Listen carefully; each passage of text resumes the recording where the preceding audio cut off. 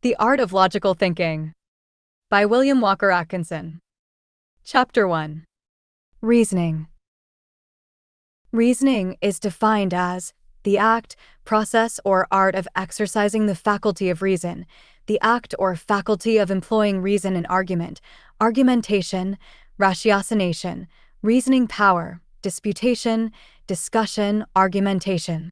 Stewart says, the word reason itself is far from being precise in its meaning.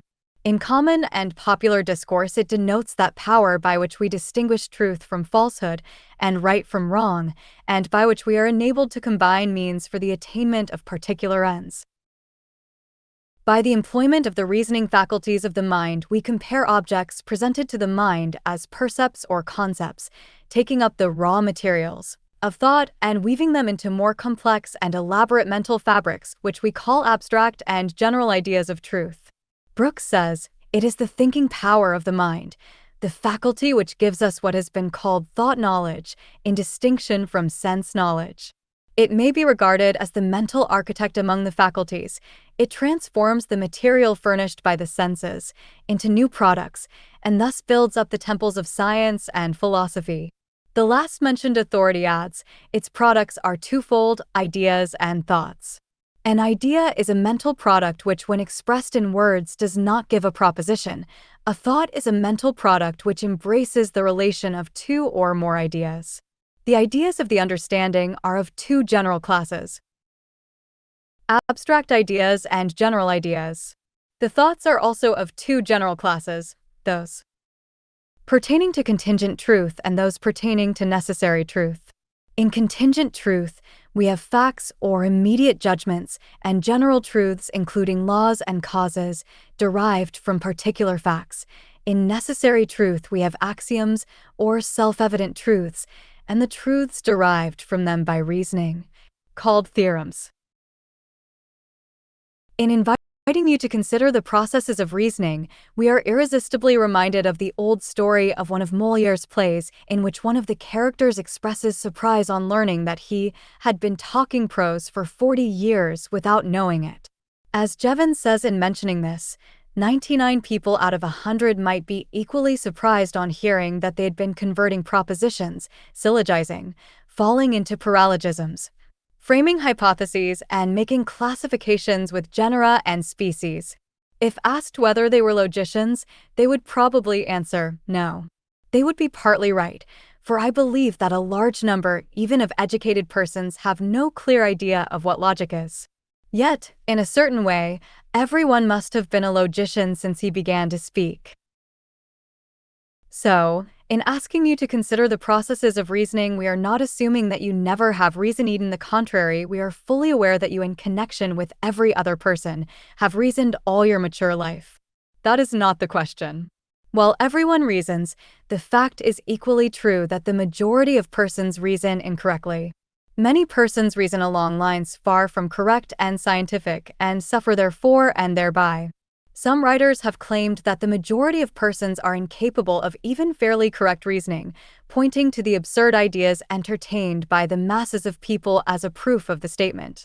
These writers are probably a little radical in their views and statements, but one is often struck with wonder at the evidences of incapacity for interpreting facts and impressions on the part of the general public.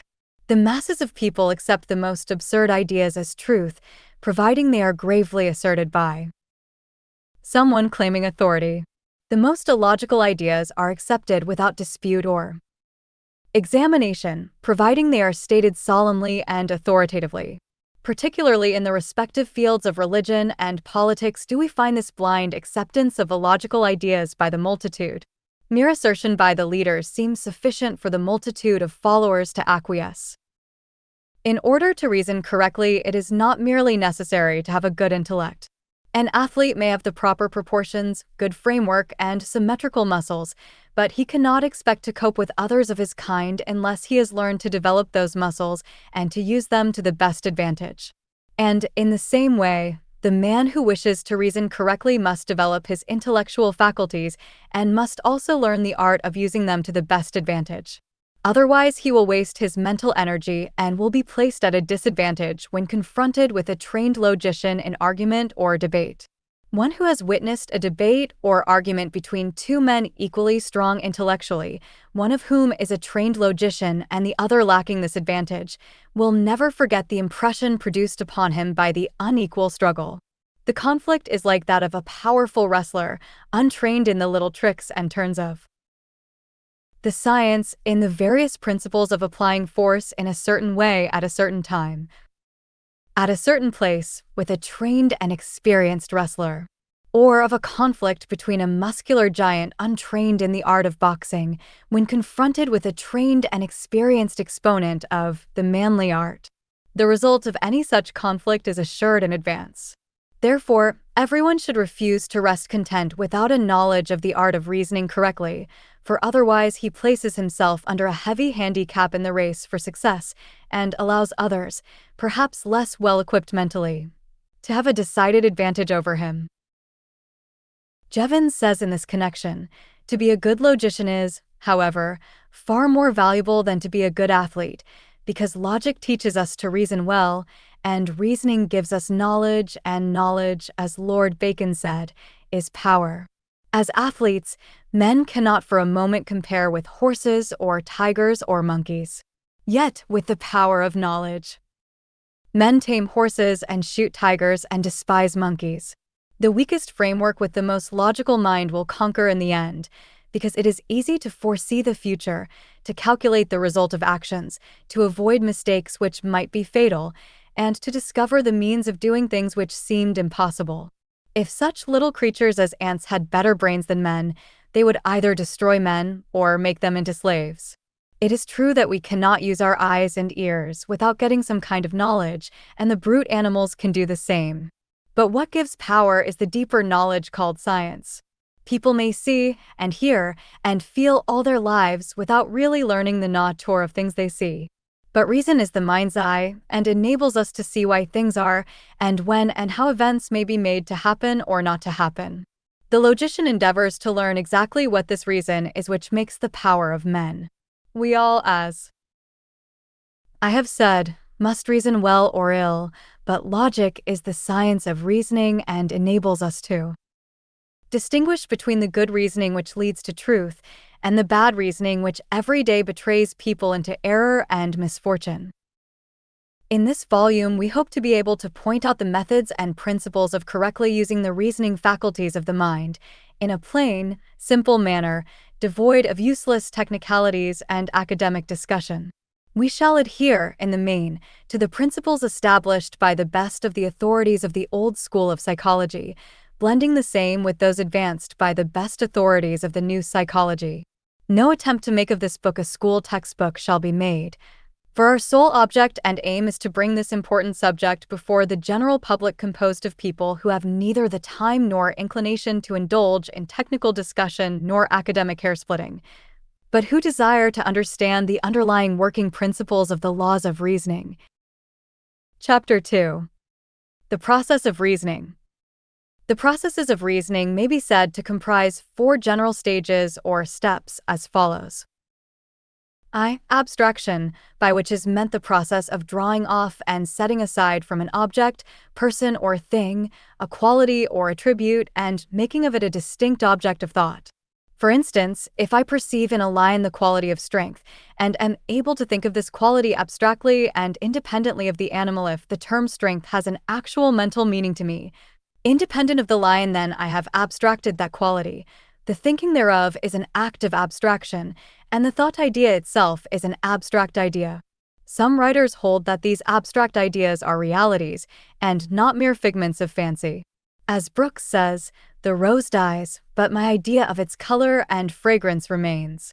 Other authorities regard abstraction as but an act of attention concentrated upon but the particular quality to the exclusion of others, and that the abstract idea has no existence apart from the general idea of the object in which it is included. Sir William Hamilton says, we can rivet our attention on some particular mode of a thing as its smell, its color, its figure, its size, etc., and abstract it from the others. This may be called modal abstraction. The abstraction we have now been considering is performed on individual objects and is consequently particular. There is nothing necessarily connected with generalization in abstraction. Generalization is indeed dependent on abstraction, which it supposes, but abstraction does not involve generalization. 2. Generalization, by which is meant the process of forming concepts or general ideas. It acts in the direction of apprehending the common qualities of objects, persons, and things, and combining and uniting them into a single notion or conception which will comprehend and include them all. A general idea or concept differs from a particular idea in that it includes within itself the qualities of the particular and other particulars, and accordingly may be applied to any one of these particulars as well as to the general class.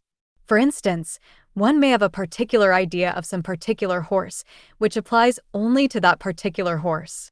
He may also have a general idea of horse, in the generic or class sense, which idea applies not only to the general class of horse, but also to each and every horse which is included in that class. The expression of generalization or conception is called a concept. 3. Judgment, by which is meant the process of comparing two objects, persons or things, one with another, and thus perceiving their agreement or disagreement.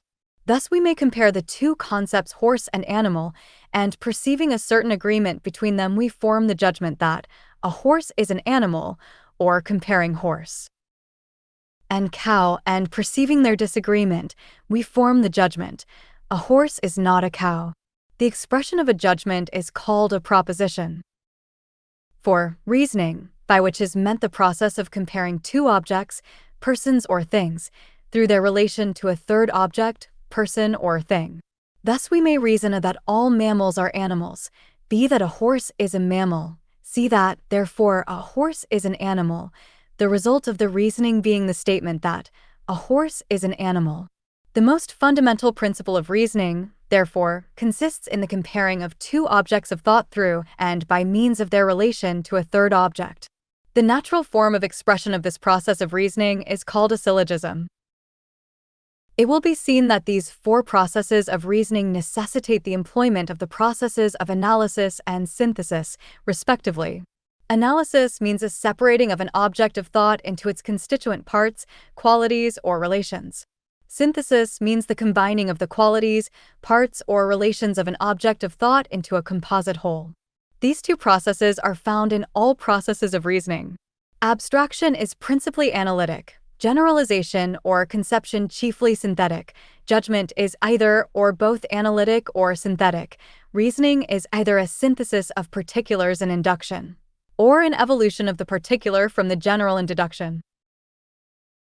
There are two great classes of reasoning, viz., inductive reasoning, or the inference of general truths from particular truths, and deductive reasoning, or the inference of particular truths from general truths.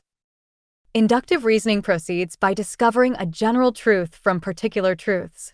For instance, from the particular truths that individual men die, we discover the general truth that all men must die, or from observing that in all observed instances ice melts at a certain temperature, we may infer that all ice melts at a certain temperature.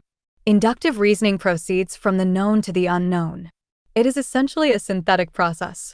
It seeks to discover general laws from particular facts. Deductive reasoning proceeds by discovering particular truths from general truths. Thus we reason that as all men die, John Smith, being a man, must die, or that as all ice melts at a certain temperature, it follows that the particular piece of ice under consideration will melt at that certain temperature.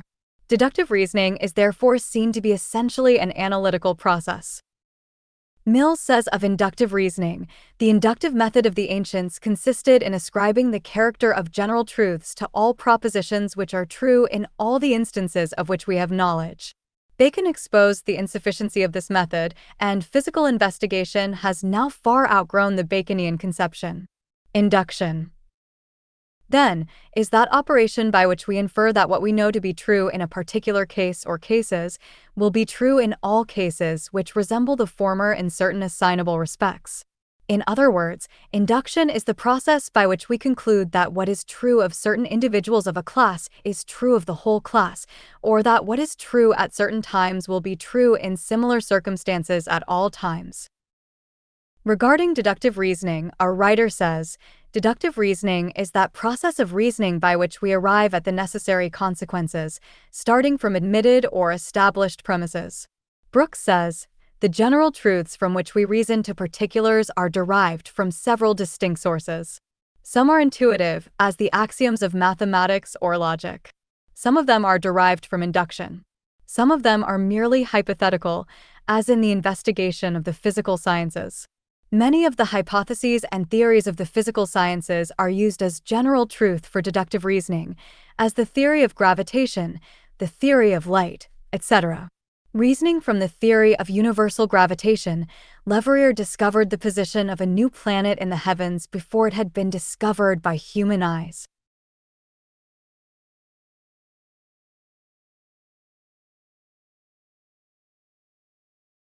Halleck points out the interdependence of inductive and deductive reasoning in the following words: man has to find out through his own experience, or that of others, the major premises from which he argues or draws his conclusions. By induction, we examine what seems to us a sufficient number of individual cases.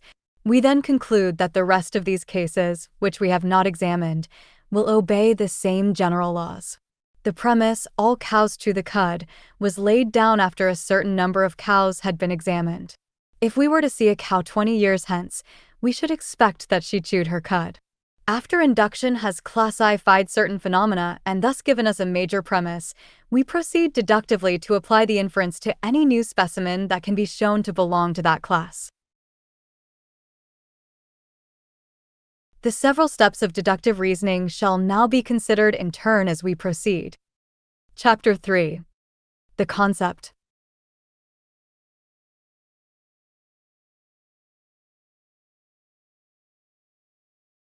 In considering the process of thinking, we must classify the several steps or stages of thought that we may examine each in detail for the purpose of comprehending them combined as a whole. In actual thinking, these several steps or stages are not clearly separated in consciousness, so that each stands out clear and distinct from the preceding and succeeding steps or stages, but, on the contrary, they blend and shade into each other so that it is often difficult to draw a clear dividing line. The first step or stage in the process of thinking is that which is called a concept. A concept is a mental representation of anything. Professor William James says, the function by which we mark off, discriminate, draw a line around, and identify a numerically distinct subject of discourse is called conception. There are 5 stages or steps in each concept as follows. I. Presentation. Before a concept may be formed, there must first be a presentation of the material from which the concept is to be formed. If we wish to form the concept animal, we must first have perceived an animal, probably several kinds of animals: horses, dogs, cats, cows, pigs, lions, tigers, etc. We must also have received impressions from the sight of these animals, which may be reproduced by the memory represented to the mind. In order that we may have a full concept of animal, we should have perceived every kind of animal, for otherwise there would be some elements of the full concept lacking. Accordingly, it is practically impossible to have a full concept of anything. The greater the opportunities for perception, the greater will be the opportunity for conception. In other books of the series, we have spoken of the value and importance of the attention and of clear and full perception. Without an active employment of the attention, it is impossible to receive a clear perception of anything, and unless the perception has been clear, it is impossible for the mind to form a clear concept of the thing perceived. As Sir William Hamilton has said, an act of attention, that is an act of concentration, seems thus necessary to every exertion of consciousness, as a certain contraction of the pupil is requisite to every exertion of vision. Attention, then, is to consciousness what the contraction of the pupil is to sight, or to the eye of the mind what the microscope or telescope is to the bodily eye. It constitutes the half of all intellectual power. And Sir B. Brodie said, it is attention, much more than in the abstract power of reasoning, which constitutes the vast difference which exists between minds of different individuals. And as Dr. Beattie says, the force with which anything strikes the mind is generally in proportion to the degree of attention bestowed upon it. 2. Comparison. Following the stage of presentation is the stage of comparison. We separate our general concept of animal into a number of subconcepts, or concepts of various kinds of animals. We compare the pig with the goat, the cow with the horse, in fact each animal with all other animals known to us. By this process, we distinguish the points of resemblance and the points of difference. We perceive that the wolf resembles the dog to a considerable degree, that it has some points of resemblance to the fox, and a still less distinct resemblance to the bear, also that it differs materially from the horse, the cow, or the elephant. We also learn that there are various kinds of wolves, all bearing a great resemblance to each other, and yet having marked points of difference. The closer we observe the various individuals among the wolves, the more points of difference do we find. The faculty of comparison evidences itself in inductive reasoning. Ability and disposition to analyze, classify, compare, etc. Fowler says that those in whom it is largely developed reason clearly and correctly from conclusions and scientific facts up to the laws which govern them, discern the known from the unknown, detect error by its incongruity with facts, have an excellent talent for comparing, explaining, expounding, criticizing, exposing, etc. Professor William James says, any personal or practical interest in the results to be obtained by distinguishing makes one's wits amazingly sharp to detect differences. And long training and practice in distinguishing has the same effect as personal interest. Both of these agencies give to small amounts of objective difference the same effectiveness upon the mind that, under other circumstances, only large ones would make. 3. Abstraction. Following the stage of comparison is that of abstraction. The term abstraction, as used in psychology, means the act or process of separating from the numerous qualities inherent in any object the particular one which we wish to make the subject of observation and reflection, or the act of withdrawing the consciousness from a number of objects with a view to concentrate it on some particular one. The negative act of which attention is the positive. To abstract is to separate or set apart. In the process of abstraction in our consideration of animals, after having recognized the various points of difference and resemblance between the various species and individuals, we proceed to consider some special quality of animals, and, in doing so, we abstract, set aside, or separate the particular quality which we wish to consider. If we wish to consider the size of animals, we abstract the quality of size from the other qualities and consider animals with reference to size alone. Thus we consider the various degrees of size of the various animals, classifying them accordingly. In the same way, we may abstract the quality of shape, color, or habits, respectively, setting aside this quality for special observation and classification.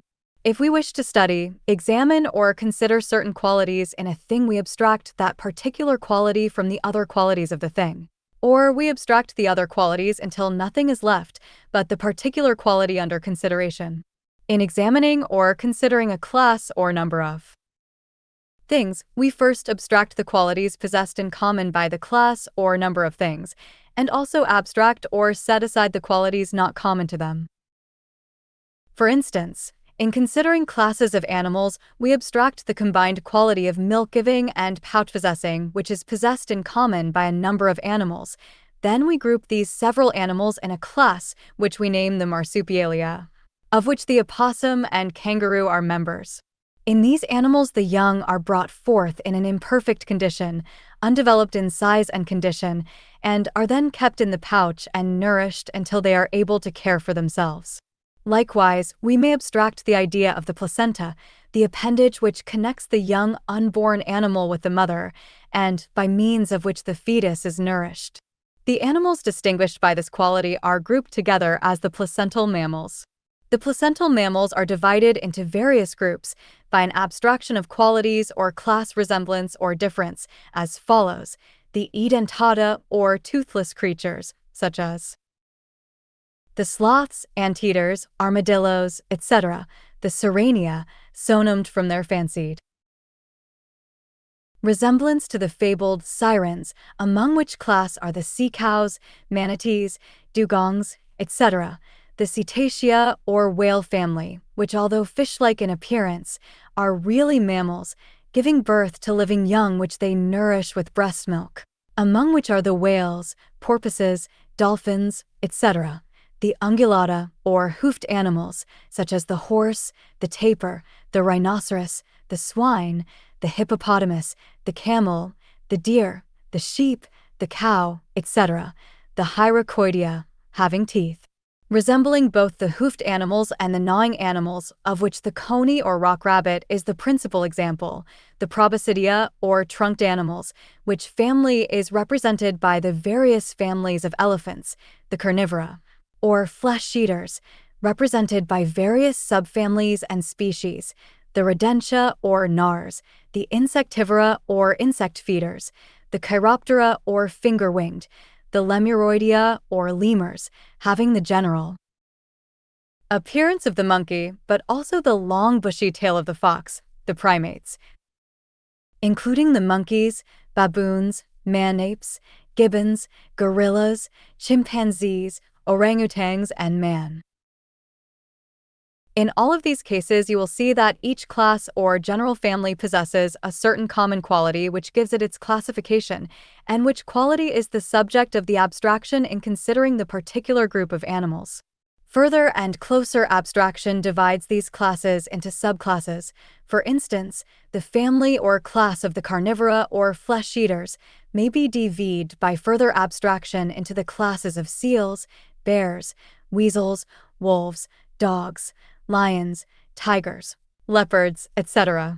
In this process, we must first make the more general abstraction of the wolf and similar animals into the dog family, and the lion, tiger, and similar forms into the cat family.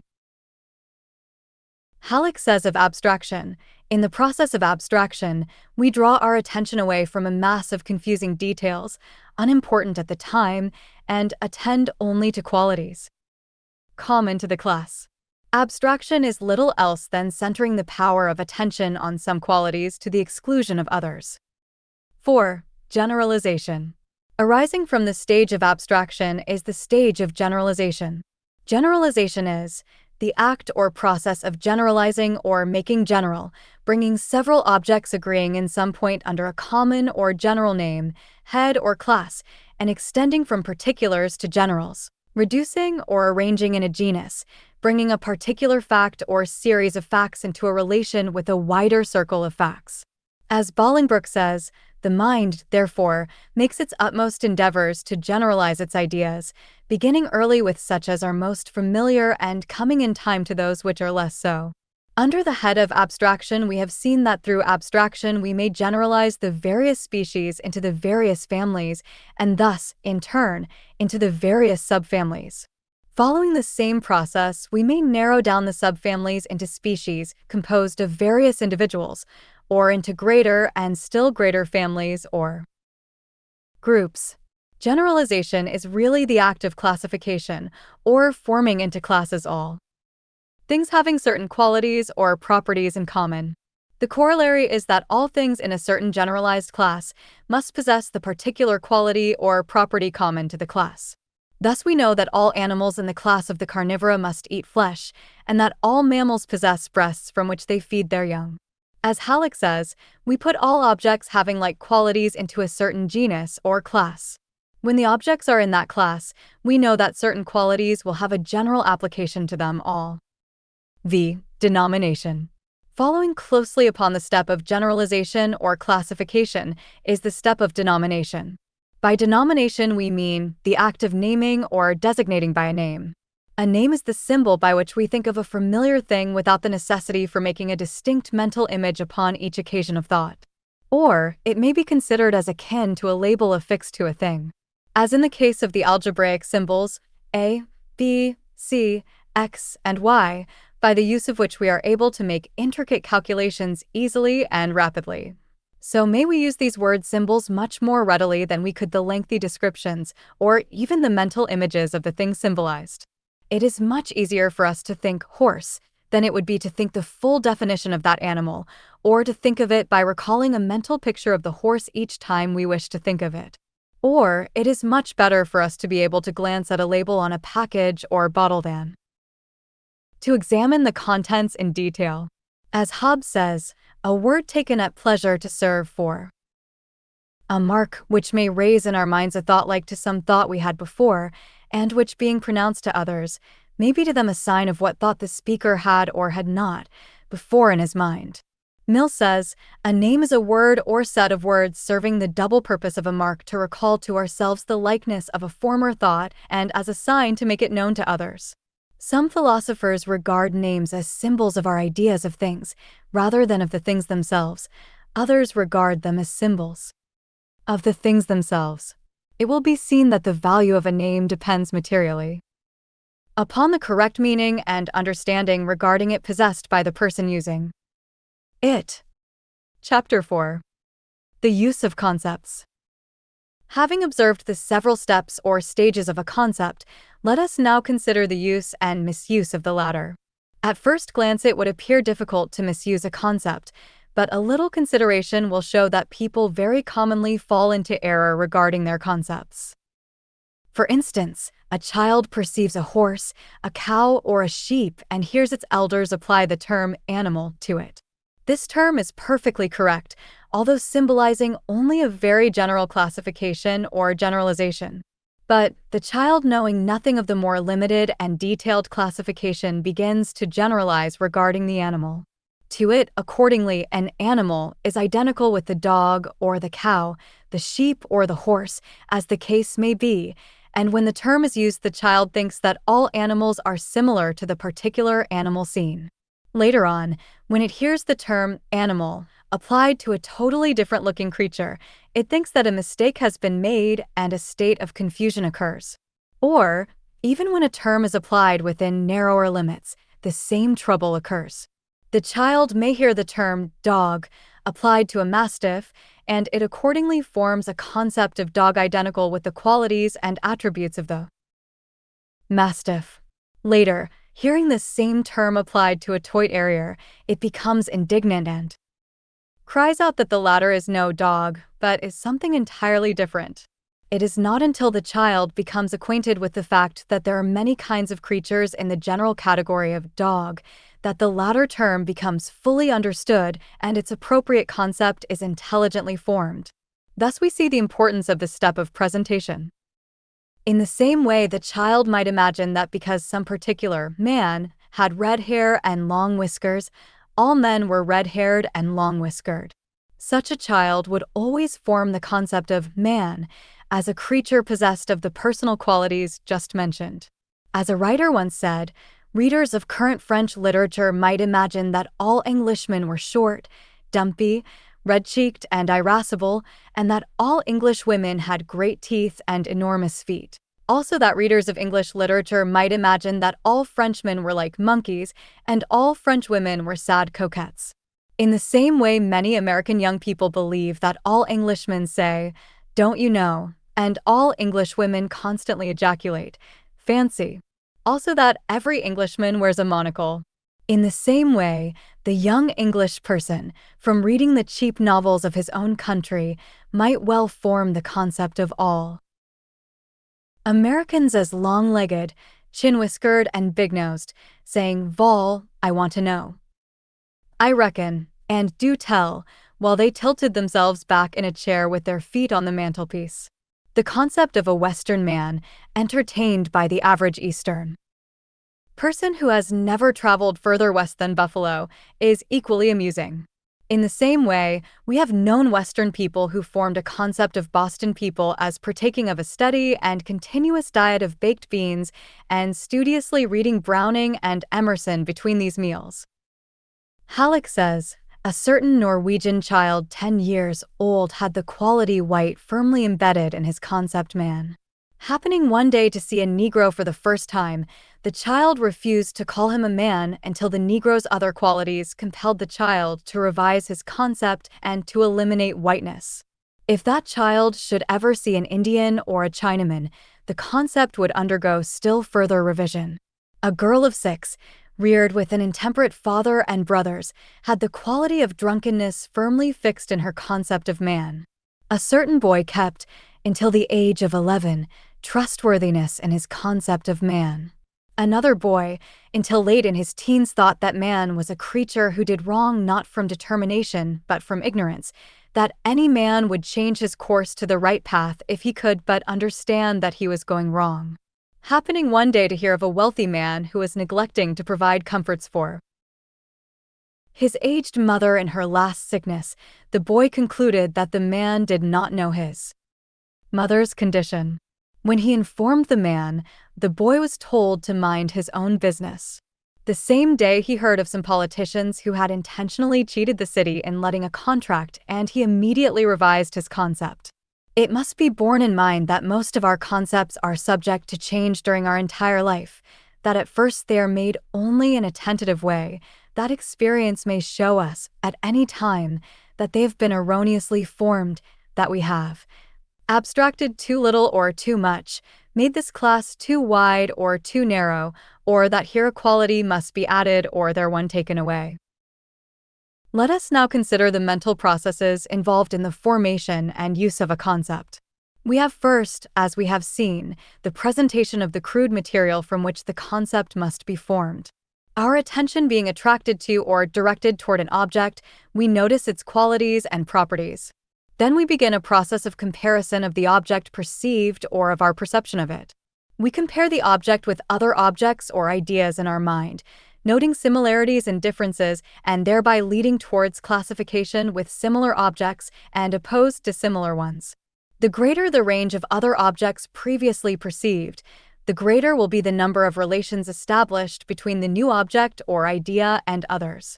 As we advance in experience and knowledge, the web of related objects and ideas becomes more intricate and complex. The relations attaching to the child's concept of horse is very much simpler than the concept of the experienced adult. Then we pass on to the step of analysis in which we separate the qualities of the object and consider them in detail. The act of abstraction is an analytical process. Then we pass on to the step of synthesis, in which we unite the materials gathered by comparison and analysis, and thus form a general idea or concept. Regarding the object, in this process we combine the various qualities discerned by comparison and analysis, and grouping them together as in a bundle, we tie them together with the string of synthesis and thus have a true general conception. Thus, from the first general conception of horse as a simple thing, we notice first that the animal has certain qualities lacking in other things and certain others similar to other things.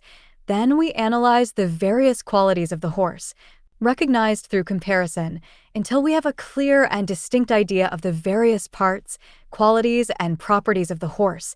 Then we synthesize, and joining together these various conceptions of the said qualities, we at last form a clear general concept of the horse as he is, with all his qualities.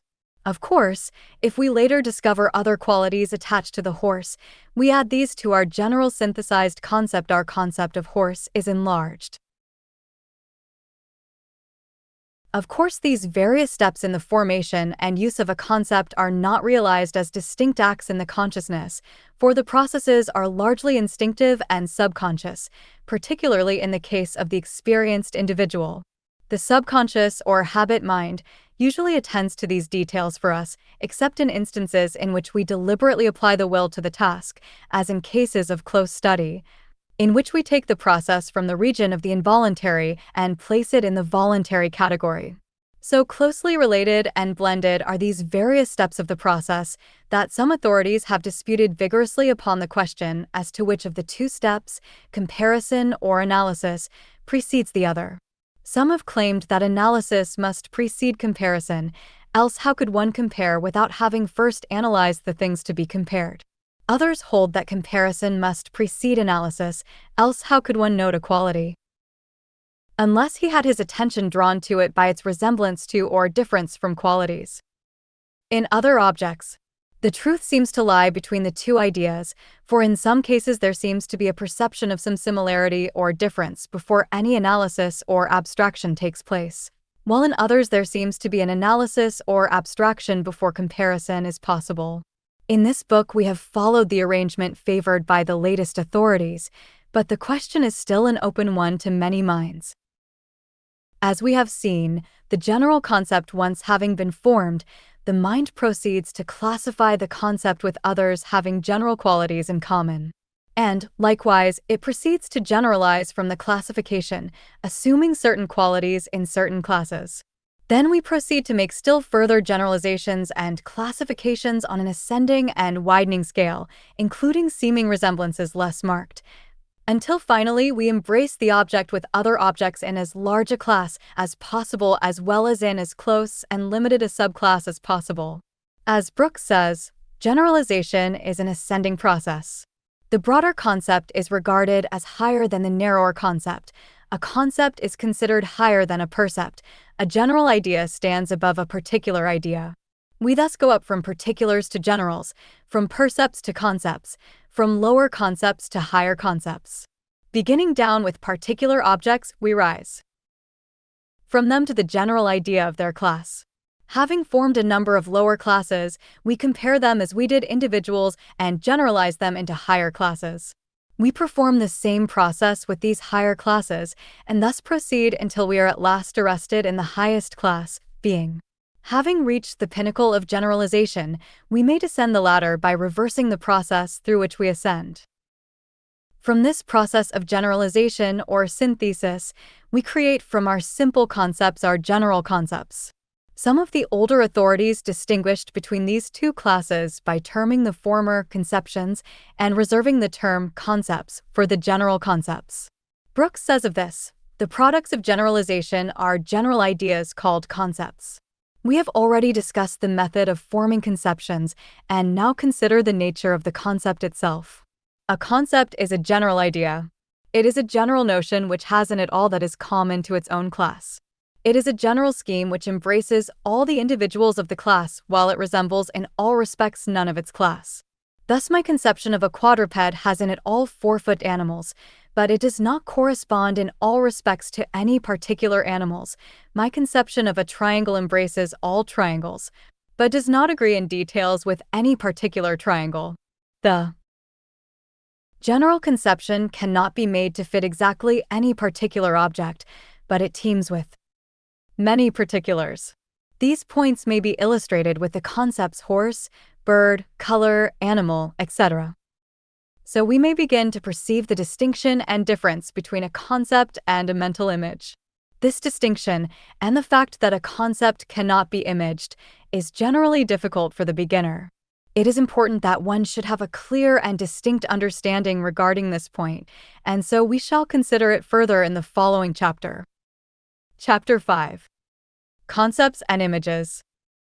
As we have said, a concept cannot be imaged, cannot be used as the subject of a mental image. This statement is perplexing to the student who has been accustomed to the idea that every conception of the mind is capable of being reproduced in the form of a mental image. But the apparently paradoxical statement is seen as quite simple when a little consideration is given to it. For instance, you have a distinct general concept of animal. You know what you mean when you say or think animal. You recognize an animal when you see one, and you understand what is meant when another uses the word in conversation. But you cannot form a mental image of the concept animal. Why? Because any mental image you might form would be either a picture of some particular animal or else a composite of the qualities of several animals. Your concept is too broad and general to allow of a composite picture of all animals. And, in truth, your concept is not a picture of anything that actually exists in one particular, but an abstract idea embracing the qualities of all animals. It is like the algebraic XA symbol for something that exists, but not the thing itself. As Brooks says, a concept cannot be represented by a concrete image. This is evident from its being general rather than particular. If its color, size, or shape is fixed by an image, it is no longer general but particular. And Halleck says, it is impossible to image anything without giving that image individual marks. The best mental images are so definite that a picture could be painted from them. A being might come under the class man and have a snub nose, blonde hair, scanty eyebrows, and no scar on his face.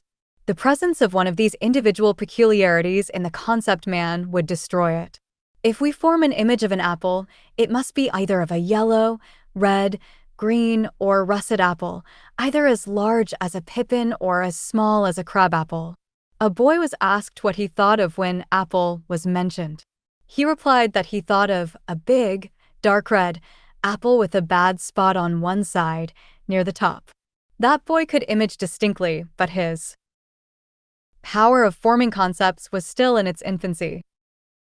So we see that while a mental image must picture the particular and individual qualities, properties, and appearances of some particular unit of a class, a concept can and must contain only the class qualities, that is, the qualities belonging to the entire class. The general concept is, as has been said, a general idea, a general notion which has in it all that is common to its own class. And it follows that a general idea of this kind cannot be pictured. A picture must be of some particular thing, while a concept is something above and higher than particular things. We may picture a man, but we cannot picture man, the concept of the race. A concept is not a reproduction of the image of a thing, but on the contrary is an idea of a class of things. We trust that the student will consider this point until he arrives at a clear understanding of the distinction and the reason thereof. But while a concept is incapable of being pictured mentally as an image, it is true that some particular representative of a class may be held in the mind or imagination as an idealized object, as a general representative of the class, when we speak or think of the general term or concept, providing that its real relation to the concept is recognized. These idealized objects, however, are not concepts, they are percepts reproduced by the memory. It is important, however, to all who wish to convey their thought plainly, that they be able to convert their concepts into idealized representative objects. Otherwise, they tend to become too idealistic and abstract for common comprehension. As Halleck well says, we should in all cases be ready to translate our concepts, when occasion requires, into the images of those individuals which the concept represents. A concept means nothing except in reference to certain individuals. Without them it could never have had existence, and they are entitled to representation. A man who cannot translate his concepts into definite images of the proper objects is fitted neither to teach, preach, nor practice any profession. There was, not long ago, a man very fond of talking about fruit in the abstract, but he failed to recognize an individual cranberry when it was placed before him. A humorist remarked that a certain metaphysician had such a love for abstractions and such an intense dislike for concrete things as to refuse to eat a concrete peach when placed before him. In the beginning, many students are perplexed regarding the difference between a percept and a concept. The distinction is simple when properly considered. A percept is the object of an act of perception, that which is perceived. A concept is a mental representation. Brooks makes the following distinction. A percept is the mental product of a real thing. A concept is a mere idea or notion of the common attributes of things. A percept represents some particular object. A concept is not particular, but general. A percept can be described by particulars. A concept can be described only by generals. The former can usually be represented by an image. The latter cannot be imagined. It can only be thought. Thus one is able to image the percept of a particular horse which has been perceived, but he is unable to image correctly the concept of horse as a class or generic term. In connection with this distinction between perception and conception, we may as well consider the subject of apperception, a term favored by many modern psychologists, although others steadfastly decline to recognize its necessity or meaning and refuse to employ it. Apperception may be defined as perception accompanied by comprehension, perception accompanied by recognition. The thing perceived is held to be comprehended or recognized, that is, perceived in a new sense, by reason of certain previously acquired ideas in the mind. Halleck explains it as the perception of things in relation to the ideas which we already possess. It follows that all individuals possessed of equally active organs of perception and equally active attention will perceive the same thing in the same way and in the same degree. But the apperception of each individual will differ and vary according to his previous experience and training, temperament and taste, habit and custom. For instance, the familiar story of the boy who climbed a tree and watched the passers-by, noting their comments. The first passerby, noticing the tree, says aloud, "That would make a good stick of timber." "Good morning, Mr. Carpenter," said the boy. The next man said, That tree has fine bark." "Good morning, Mr. Tanner," said the boy. Another said, "I bet there's a squirrel's nest up in that tree." "Good morning, Mr. Hunter," said the boy. The woman sees in a bird something pretty and cunning. The hunter sees in it something to kill. The ornithologist sees it as something of a certain genus and species, and perhaps also as something appropriate for his collection. The farmer perceives it to be something destructive of either insects or crops. A thief sees a jail as something to be dreaded, an ordinary citizen, something useful for confining objectionable people, a policeman, something in the line of his business. And so on, the apperception differing upon the previous experience of the individual.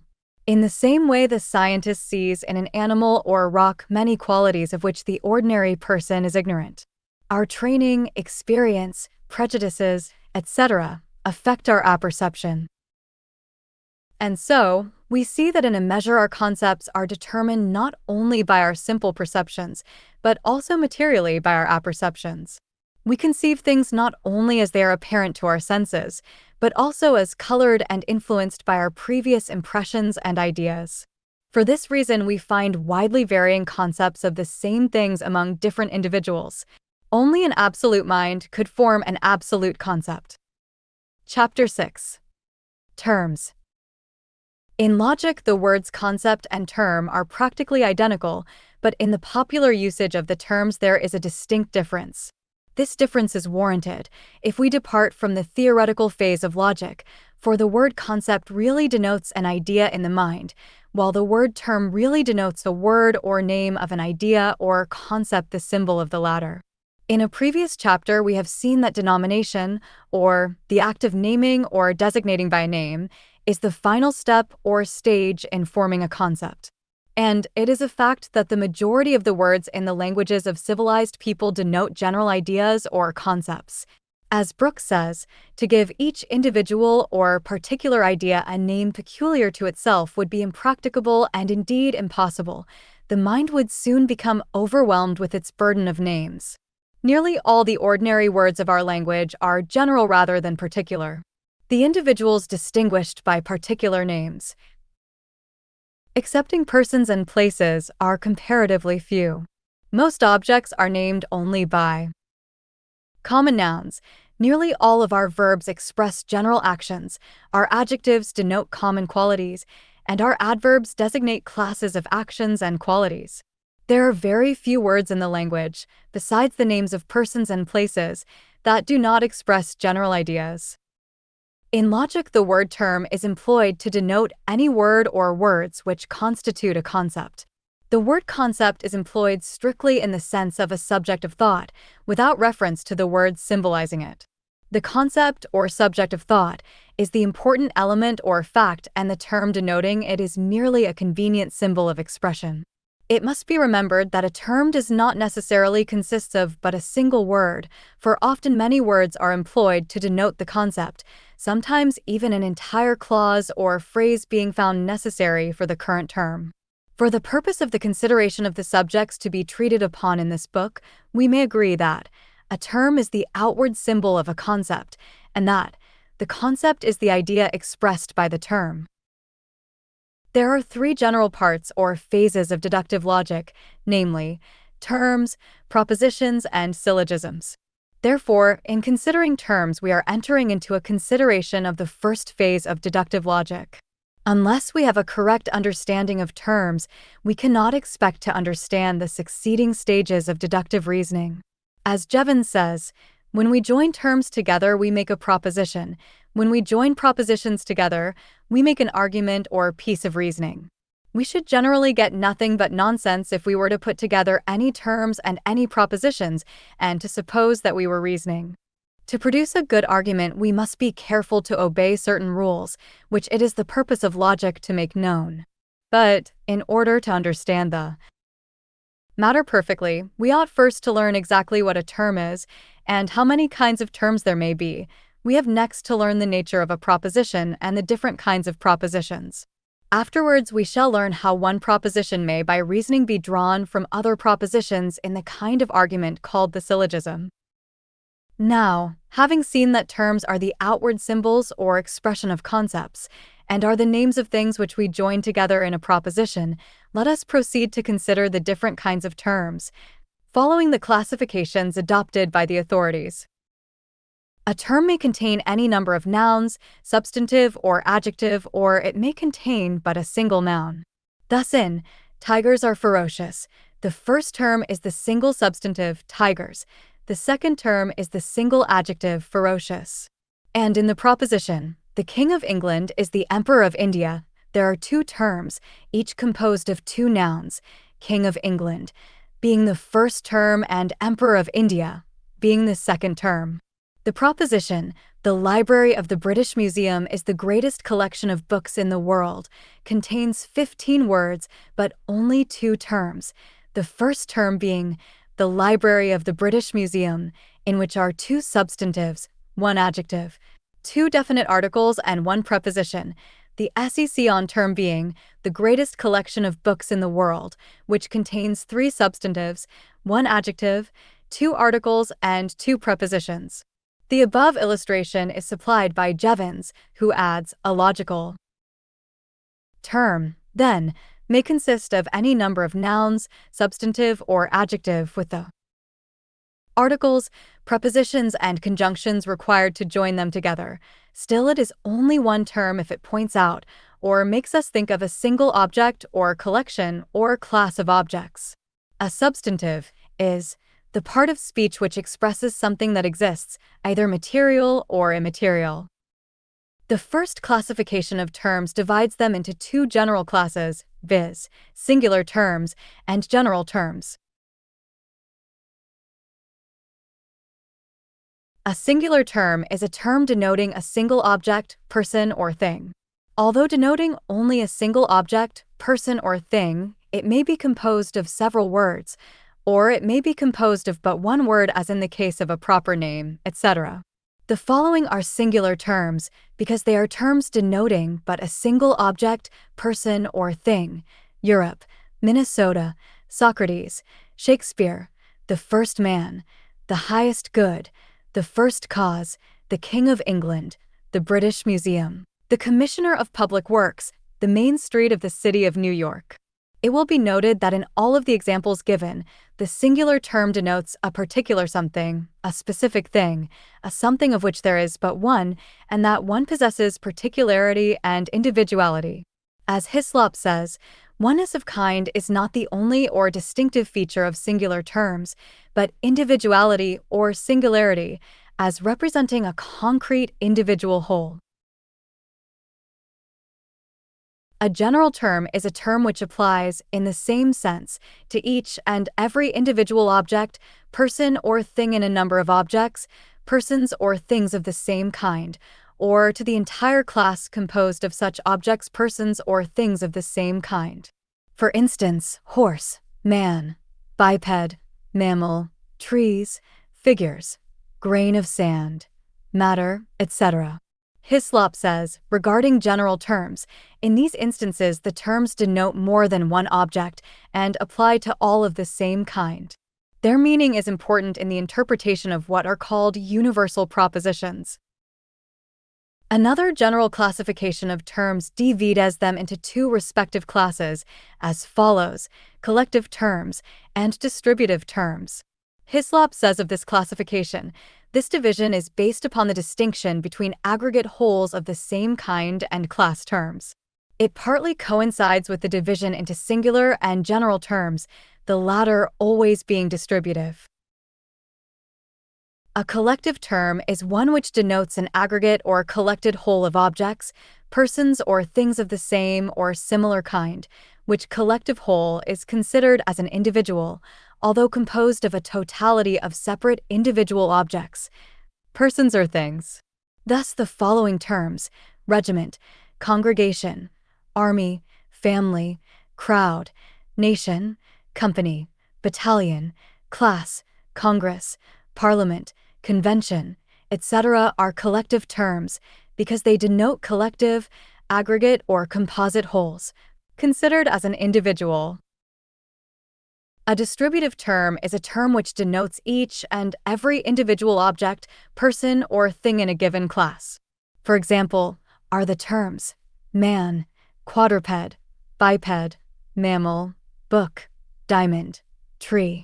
As Hislop says, general terms are always distributive. Also, it is important also to keep clear the distinction between class wholes and collective wholes. They are often confused so as to call a term denoting a class a collective term. Another general classification of terms divides them into the following two respective classes: concrete terms and abstract terms. A concrete term is a term denoting either a definite object, person, or thing which is subject to perception and experience and may be considered as actually existent concretely, as for instance, horse, man, mountain, dollar, knife, table, etc., or else an attribute thought of and used solely as an attribute, as for instance, beautiful, wise, noble, virtuous, good, etc. An abstract term is a term denoting the attribute, quality, or property considered as apart from the object, person, or thing and as having an abstract existence, as for instance, beauty, wisdom, nobility, goodness, virtue, etc. As we have seen elsewhere, these qualities have no real existence in themselves, but are known and thought of only in connection with concrete objects, persons, and things. Thus we cannot know beauty, but may know beautiful things. We cannot know virtue, but we may know virtuous people, etc. An attribute or quality is concrete when expressed as an adjective, and abstract when expressed as a noun, as for instance, beautiful and beauty, respectively, or virtuous and virtue, respectively. The distinction may be summed up as follows. A concrete term is the name of a thing or of a quality of a thing expressed as an adjective and as merely a quality, while an abstract term is the name of a quality of a thing, expressed as a noun and as a thing in itself. Certain terms may be used as either concrete terms or as abstract terms, and certain authorities have seen fit to classify them as mixed terms, as for instance the terms government, religion, philosophy, etc. Another general classification of terms divides them into two respective classes as follows: positive terms and negative terms. A positive term is a term which denotes its own qualities, as for instance, good, human, large, square, black, strong, etc. These terms indicate the presence of the quality denoted by the term itself. A negative term is a term denoting the absence of a quality, as for instance, inhuman, inorganic, unwell, unpleasant, not conducive, etc. These terms deny the presence of certain qualities, rather than asserting the presence of an opposite quality. They are essentially negative in nature and in form. Jevons says, we may usually know a negative term by its beginning with one of the little syllables un, in, a, n, non, or by its ending with less. Hislop says, the usual symbols of negative terms are in, un, less, dis, a, or in, anti, mis, and sometimes da, and non, and not. Jevons adds, if the English language were a perfect one, every term ought to have a negative term exactly corresponding to it, so that all adjectives and nouns would be in pairs. Just as convenient has its negative inconvenient, metallic, non-metallic, logical, illogical, and so on, so blue should have its negative, non-blue, literary, non-literary, paper, non-paper.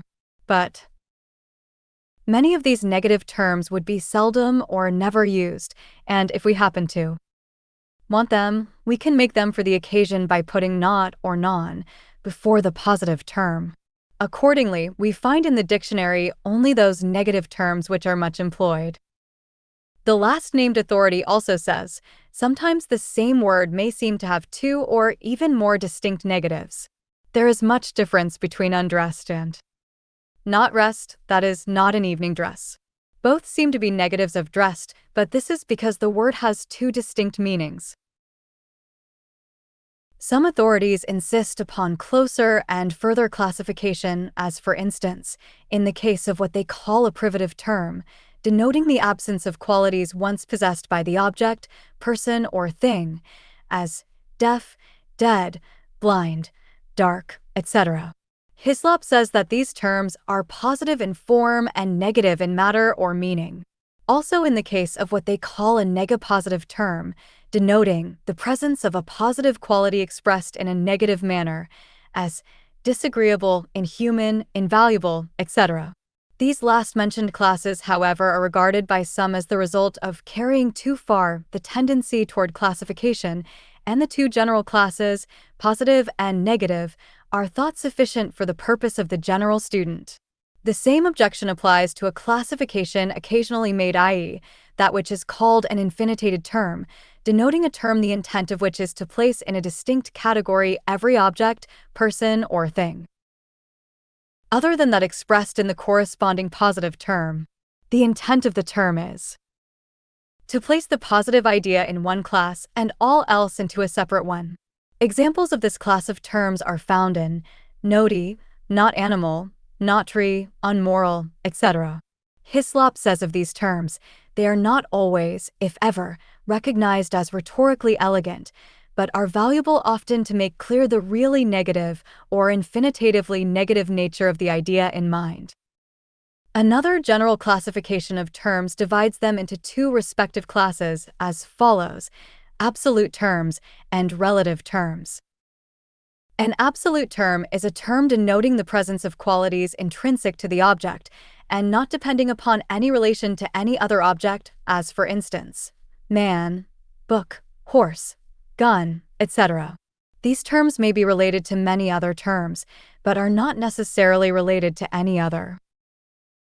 A relative term is a term denoting certain necessary relations to other terms, as for instance, father, son, mother, daughter, teacher, pupil, master, servant, etc. Thus it is impossible to think of child except in relation to parent or vice versa. The one term implies the existence of its related term. Hislop says of the above classification, relative terms suggest the thought of other individuals with the relation involved as a part of the term's meaning, while absolute terms suggest only the qualities in the subject without a relation to others being necessarily involved. Some authorities also classify terms as higher and lower, also as broad and narrow. This classification is meant to indicate the content and extent of the term. For instance, when we classify, we begin with the individuals which we then group into a small class. These classes we then group into a larger class according to their resemblances. These larger classes then go to form a part of still larger classes, and so on. As these classes advance, they form broader terms, and as we retreat from the general class into the less general and more particular, the term becomes narrower. By some, the broader term which includes the narrower is called the higher term, and the narrower are called the lower terms. Thus, animal would be a higher and broader term than dog, cat, or tiger because it includes the latter. Brooks says, since a concept is formed by the union of the common attributes of individuals, it thus embraces both attributes and individuals. The attributes of a concept constitute what is called its content. The individuals it embraces constitute its extent. Accordingly, the feature of including objects in a concept or term is called its extension, while the feature of including attributes or qualities is called its intension. It follows as a natural consequence that the greater the extension of a term, the less its intension; the greater its intention, the less its extension. We will understand this more clearly when we consider that the more individuals contained in a term, the fewer common properties or qualities it can contain, and the more common properties, the fewer individuals. As Brooks says, the concept man has more extension than poet, orator, or statesman, since it embraces more individuals, and less intention, since we must lay aside the distinctive attributes of poet, orator, and statesman in order to unite them in a common class man. In the same way, the general term animal is quite extended, for it includes a large number of individual varieties of very different and varied characteristics and qualities, as for instance, the lion, camel, dog, oyster, elephant, snail, worm, snake, etc. Accordingly, its intension must be small, for it can include only the qualities common to all animals, which are very few indeed. The definition of the term shows how small is its intention, as animal. An organic being, rising above a vegetable in various respects, especially in possessing sensibility, will, and the power of voluntary motion. Another narrows the intention still further when he defines animal as a creature which possesses, or has possessed, life. Halleck says, animal is very narrow in intention, very broad in extension. There are few qualities common to all animals, but there is a vast number of animals. To give the full meaning of the term in extension, we should have to name every animal, from the microscopic infusoria to the tiger, from the angleworm to the whale. When we decrease the extension to one species of animal, horse, the individuals are fewer, the qualities more numerous. The importance of forming clear and distinct concepts and of grouping, classifying and generalizing these into larger and broader concepts and terms is recognized by all authorities and is generally regarded as forming the real basis of all constructive thought. As Brooks says, generalization lies at the basis of language. Only as man can form general conceptions is it possible for him to form a language. Nearly all the ordinary words in our language are general rather than particular. This power of generalization lies also at the basis of science. Had we no power of forming general ideas, each particular object would be a study by itself, and we should thus never pass beyond the very alphabet of knowledge. Judgments, except in the simplest form, would be impossible, and it is difficult to see how even the simplest form of the syllogism could be constructed. No general conclusion could be drawn from particulars, nor particular conclusions from generals, and thus neither inductive nor deductive reasoning would be possible. The classifications of science could not be made, and knowledge would end at the very threshold of science. Chapter 7. The meaning of terms. Every term has its meaning or content, as some authorities prefer to call it. The word or words of which the term is composed are merely vocal sounds, serving as a symbol for the real meaning of the term, which meaning exists only in the mind of the person understanding it. To one not understanding the meaning of the term, the latter is but as a meaningless sound, but to one understanding it the sound awakens mental associations and representation, and thus serves its purpose as a symbol of thought. Each concrete general term has two meanings: the actual concrete thing, person or object to which the term is applied, and the qualities, attributes or properties of those objects, persons or things in consequence of which the term is applied. For instance, in the case of the concrete term book, the first meaning consists of the general idea of the thing which we think of as a book, and the essential meaning consists of the various qualities which go to make that thing a book, as the printed pages, the binding, the form, the cover, etc. Not only is that particular thing a book, but every other thing having the same or similar properties also must be a book. And so, whenever I call a thing a book, it must possess the said qualities. And whenever I combine the ideas of these qualities in thought, I must think of a book. As Jevons says, in reality, every ordinary general term has a double meaning. It means the things to which it is applied. It also means, in a totally different way, the qualities and peculiarities implied as being in the things. Logicians say that the number of things to which a term applies is the extension of the term, while the number of qualities or peculiarities implied is the intention. The extension and intention of terms has been referred to in the previous chapter. The general classification of the degrees of extension of a general term is expressed by the two terms genus and species, respectively. The classification of the character of the intension of a term is expressed by the term, difference, property, and accident, respectively. Genus is a term indicating a class of objects containing several species, a class more extensive than a species, a universal which is predicable of several things of different species. Species is a term denoting a smaller class of objects than a genus and of two or more of which a genus is composed, a predicable that expresses the whole essence of its subject in so far as any common term can express it.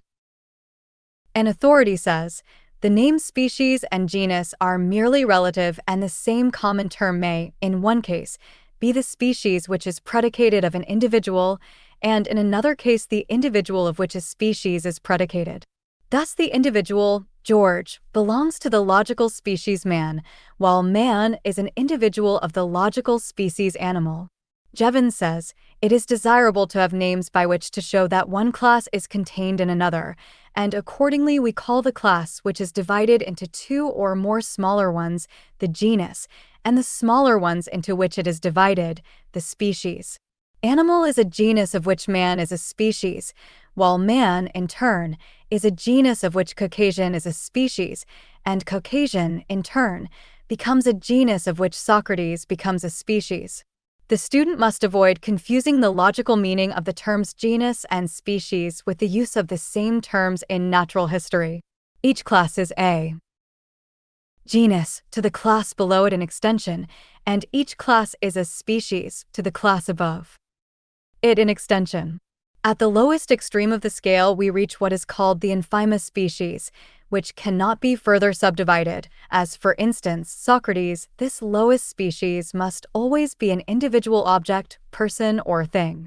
At the highest extreme of the scale, we reach what is summum genus, or highest genus, which is never a species of anything, for there is no class higher than it, as for instance, being, existence, reality, truth, the absolute, the infinite, the ultimate, etc. Hislop says, in reality there is but one summum genus, while there may be an indefinite number of infamy species. All intermediate terms between these extremes are sometimes called subalterns, as being either genera or species, according to the relation in which they are viewed. Passing on to the classification of the character of the intension of terms, we find difference, a term denoting the mark or marks by which the species is distinguished from the rest of the genus, the specific characteristic. Thus the color of the skin is a difference between the Negro and the Caucasian, the number of feet the difference between the biped and the quadruped, the form and shape of leaves the difference between the oak and the elm trees, etc. Hislop says, whatever distinguishes one object from another can be called the differentia. It is some characteristic in addition to the common qualities and determines the species or individual under the genus. Property, a term denoting a peculiar quality of anything, that which is inherent in or naturally essential to anything. Thus a property is a distinguishing mark of a class. Thus black skin is a property of the Negro race, 4 feet a property of quadrupeds, a certain form of leaf a property of the oak tree. Thus a difference between two species may be a property of one of the species. Accident, a term denoting any quality or circumstance which may or may not belong to a class, accidentally as it were, or whatever does not really constitute an essential part of an object, person, or thing. As, for instance, the redness of a rose, for a rose might part with its redness and still be a rose. The color is the accident of the rose. Or, a brick may be white and still be a brick.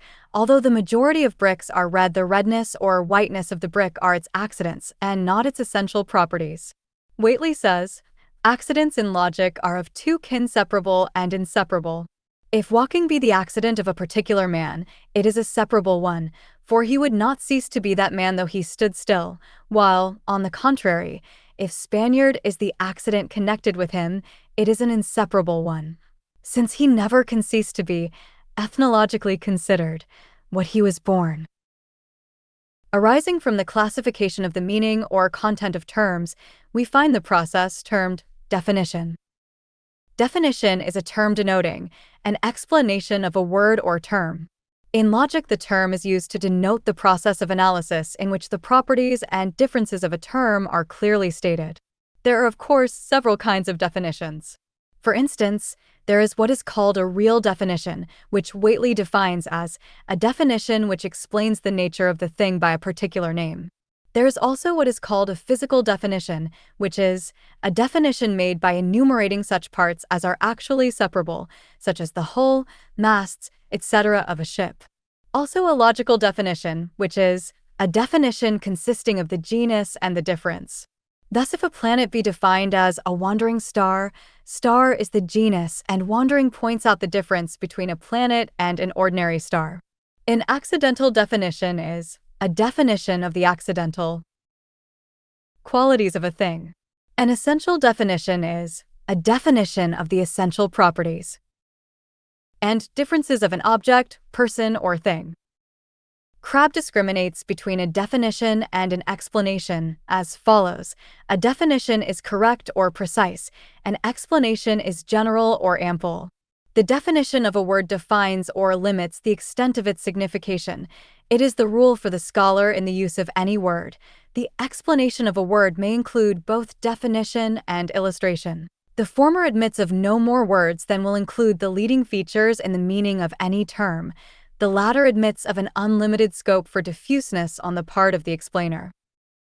Hislop gives the following excellent explanation of the logical definition, which, as he states, is the proper meaning of the term in logic. He states, "The rules which regulate logical definition are as follows. A definition should state the essential attributes of the species defined. A definition must not contain the name of word defined. Otherwise, the definition is called a circulus in definiendo.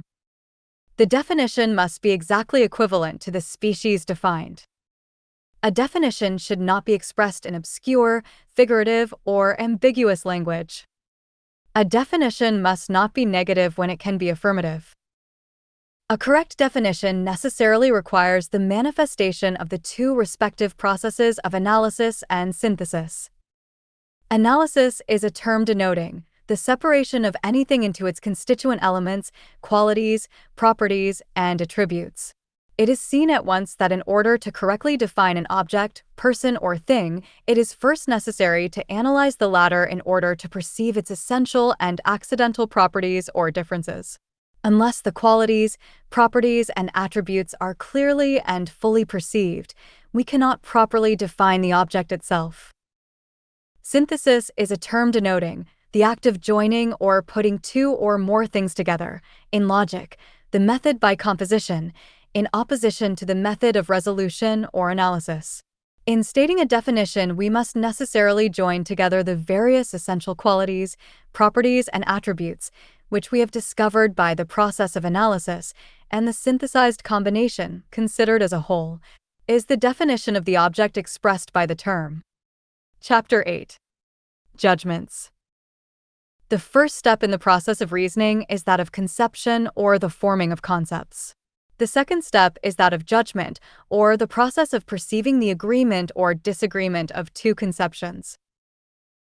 Judgment in logic is defined as the comparing together in the mind of two notions, concepts, or ideas, which are the objects of apprehension, whether complex or incomplex, and pronouncing that they agree or disagree with each other, or that one of them belongs or does not belong to the other. Judgment is therefore affirmative or negative. When we have in our mind two concepts, we are likely to compare them one with the other, and to thus arrive at a conclusion regarding their agreement or disagreement. This process of comparison and decision is what, in logic, is called judgment. In every act of judgment, there must be at least two concepts to be examined and compared. This comparison must lead to a judgment regarding their agreement or disagreement. For instance, we have the two concepts, horse and animal. We examine and compare the two concepts and find that there is an agreement between them. We find that the concept horse is included in the higher concept of animal, and therefore, we assert that the horse is an animal. This is a statement of agreement and is, therefore, a positive judgment. We then compare the concepts horse and cow and find a disagreement between them, which we express in the statement of the judgment that the horse is not a cow. This judgment, stating a disagreement, is what is called a negative judgment. In the above illustration of the comparison between the concepts horse and animal, we find that the second concept animal is broader than the first, horse, so broad in fact that it includes the latter. The terms are not equal, for we cannot say, in truth, that an animal is the horse. We may, however, include a part of the broader conception with the narrower and say, some animals are horses. Sometimes both concepts are of equal rank, as when we state that man is a rational animal. In the process of judgment, there is always the necessity of the choice between the positive and the negative. When we compare the concepts horse and animal, we must of necessity decide either that the horse is an animal or else that it is not an animal. The importance of the process of judgment is ably stated by Halleck as follows: were isolated concepts possible, they would be of very little use. Isolated facts are of no more service than unspun wool. We might have a concept of a certain class of three-leaved ivy, as we might also of poisons. Unless judgment linked these two concepts and decided that this species of ivy is poisonous, we might take hold of it and be poisoned. We might have a concept of bread and also one of meat, fruit, and vegetables. If we also had a concept of food, unrelated to these, we should starve to death, for we should not think of them as foods. A vessel, supposing itself to be far out at sea, signaled another vessel that the crew were dying of thirst. That crew certainly had a concept of drinkable things and also of water. To the surprise of the first, the second vessel signaled back, "Draw from the sea and drink. You are at the mouth of the Amazon." The thirsty crew had not joined. The concept drinkable to the concept of water over the ship's side. A man having taken an overdose of laudanum, his wife lost much valuable time in sending out for antidotes, because certain of her concepts had not been connected by judgment. She had good concepts of coffee and of mustard. She also knew that an antidote to opium was needed, but she had never linked these concepts and judged that coffee and mustard were antidotes to opium. The moment she formed that judgment, she was a wiser woman, for her knowledge was related and usable. Judgment is the power revolutionizing the world. The revolution is slow because nature's forces are so complex, so hard to be reduced to their simplest forms, and so disguised and neutralized by the presence of other forces.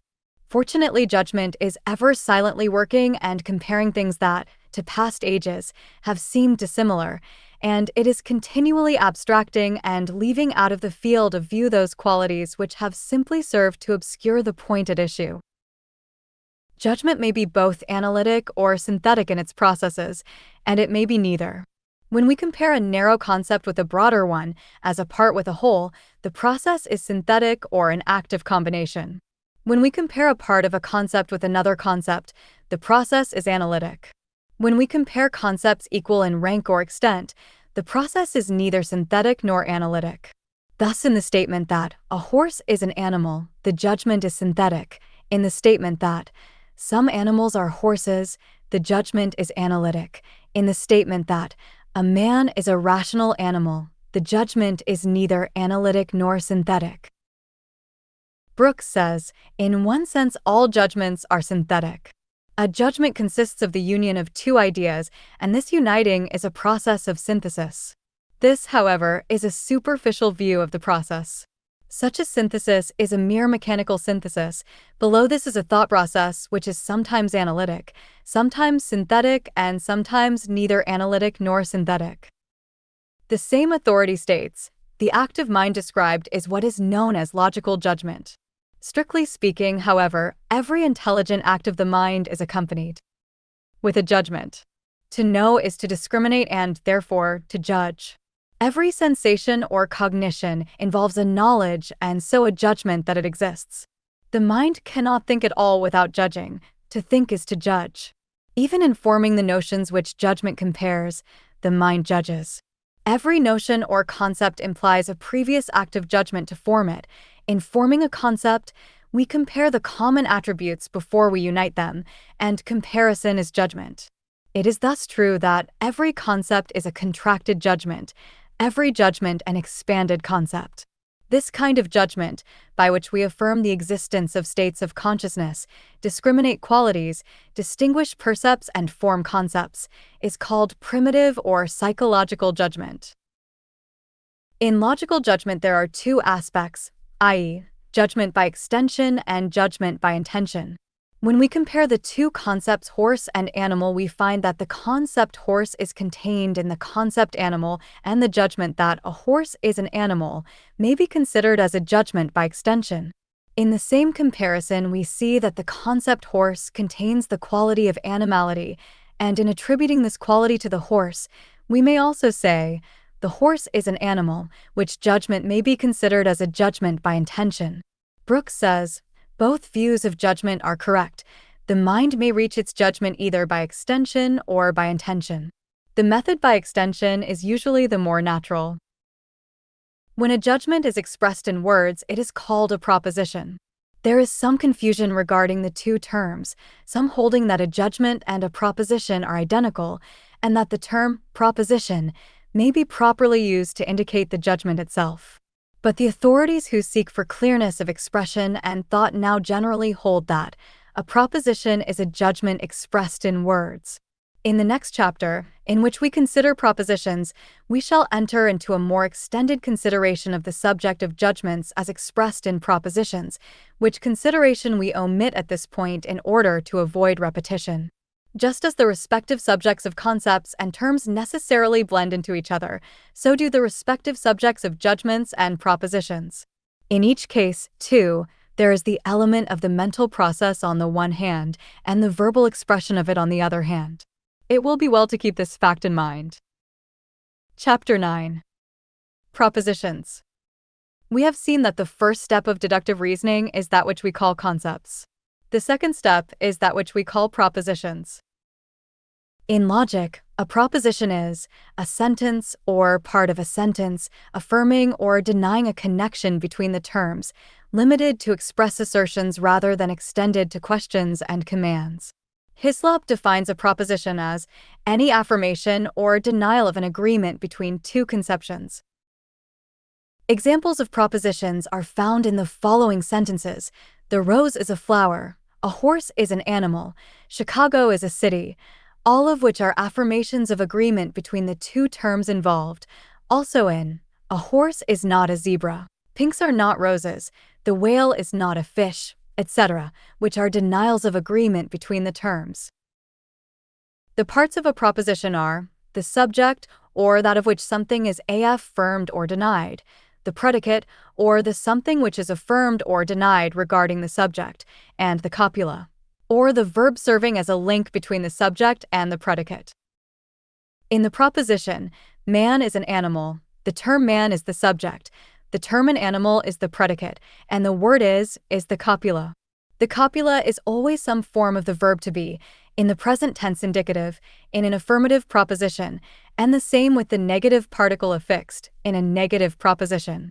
The copula is not always directly expressed by the word is or is not, etc., but is instead expressed in some phrase which implies them. For instance, we say, he runs, which implies he is running. In the same way, it may appear at times as if the predicate was missing, as in, God is, by which is meant, God is existing. In some cases, the proposition is inverted, the predicate appearing first in order, and the subject last, as in, blessed are the peacemakers, or strong is truth. In such cases, judgment must be used in determining the matter, in accordance with the character and meaning of the terms. An affirmative proposition is one in which the predicate is affirmed to agree with the subject. A negative proposition is one in which the agreement of the predicate and subject is denied. Examples of both of these classes have been given in this chapter. Another classification of propositions divides them in three classes as follows: categorical, hypothetical, disjunctive. A categorical proposition is one in which the affirmation or denial is made without reservation or qualification, as for instance, man is an animal, the rose is a flower, etc. The fact asserted may not be true, but the statement is made positively as a statement of reality. A hypothetical proposition is one in which the affirmation or denial is made to depend upon certain conditions, circumstances, or suppositions, as for instance, if the water is boiling hot, it will scald, or if the powder be damp, it will not explode, etc. Jevons says, hypothetical propositions may generally be recognized by containing the little word, if, but it is doubtful whether they really differ much from the ordinary propositions. We may easily say that boiling water will scald and damp gunpowder will not explode, thus avoiding the use of the word if. A disjunctive proposition is one implying or asserting an alternative and usually containing the conjunction or sometimes together with either, as for instance, lightning is sheet or forked, arches are either round or pointed, angles are either obtuse, right-angled or acute. Another classification of propositions divides them in two classes as follows: universal, particular. A universal proposition is one in which the whole quantity of the subject is involved in the assertion or denial of the predicate. For instance, all men are liars, by which is affirmed that all of the entire race of men are in the category of liars, not some men, but all the men that are in existence. In the same way, the proposition, no men are immortal, is universal, for it is a universal denial. A particular proposition is one in which the affirmation or denial of the predicate involves only a part or a portion of the whole of the subject, as for instance, some men are atheists or some women are not vain, in which cases the affirmation or denial does not involve all or the whole of the subject. Other examples are a few men, etc., many people, etc., certain books, etc., most people, etc. Hislop says, the signs of the universal proposition, when formally expressed, are all, every, each, any, and whole or words with equivalent import. The signs of particular propositions are also certain adjectives of quantity, such as some, certain, a few, many, most, or such others as denote at least a part of a class. The subject of the distribution of terms in propositions is considered very important by logicians, and as Hislop says, has much importance in determining the legitimacy, or at least the intelligibility, of our reasoning and the assurance that it will be accepted by others.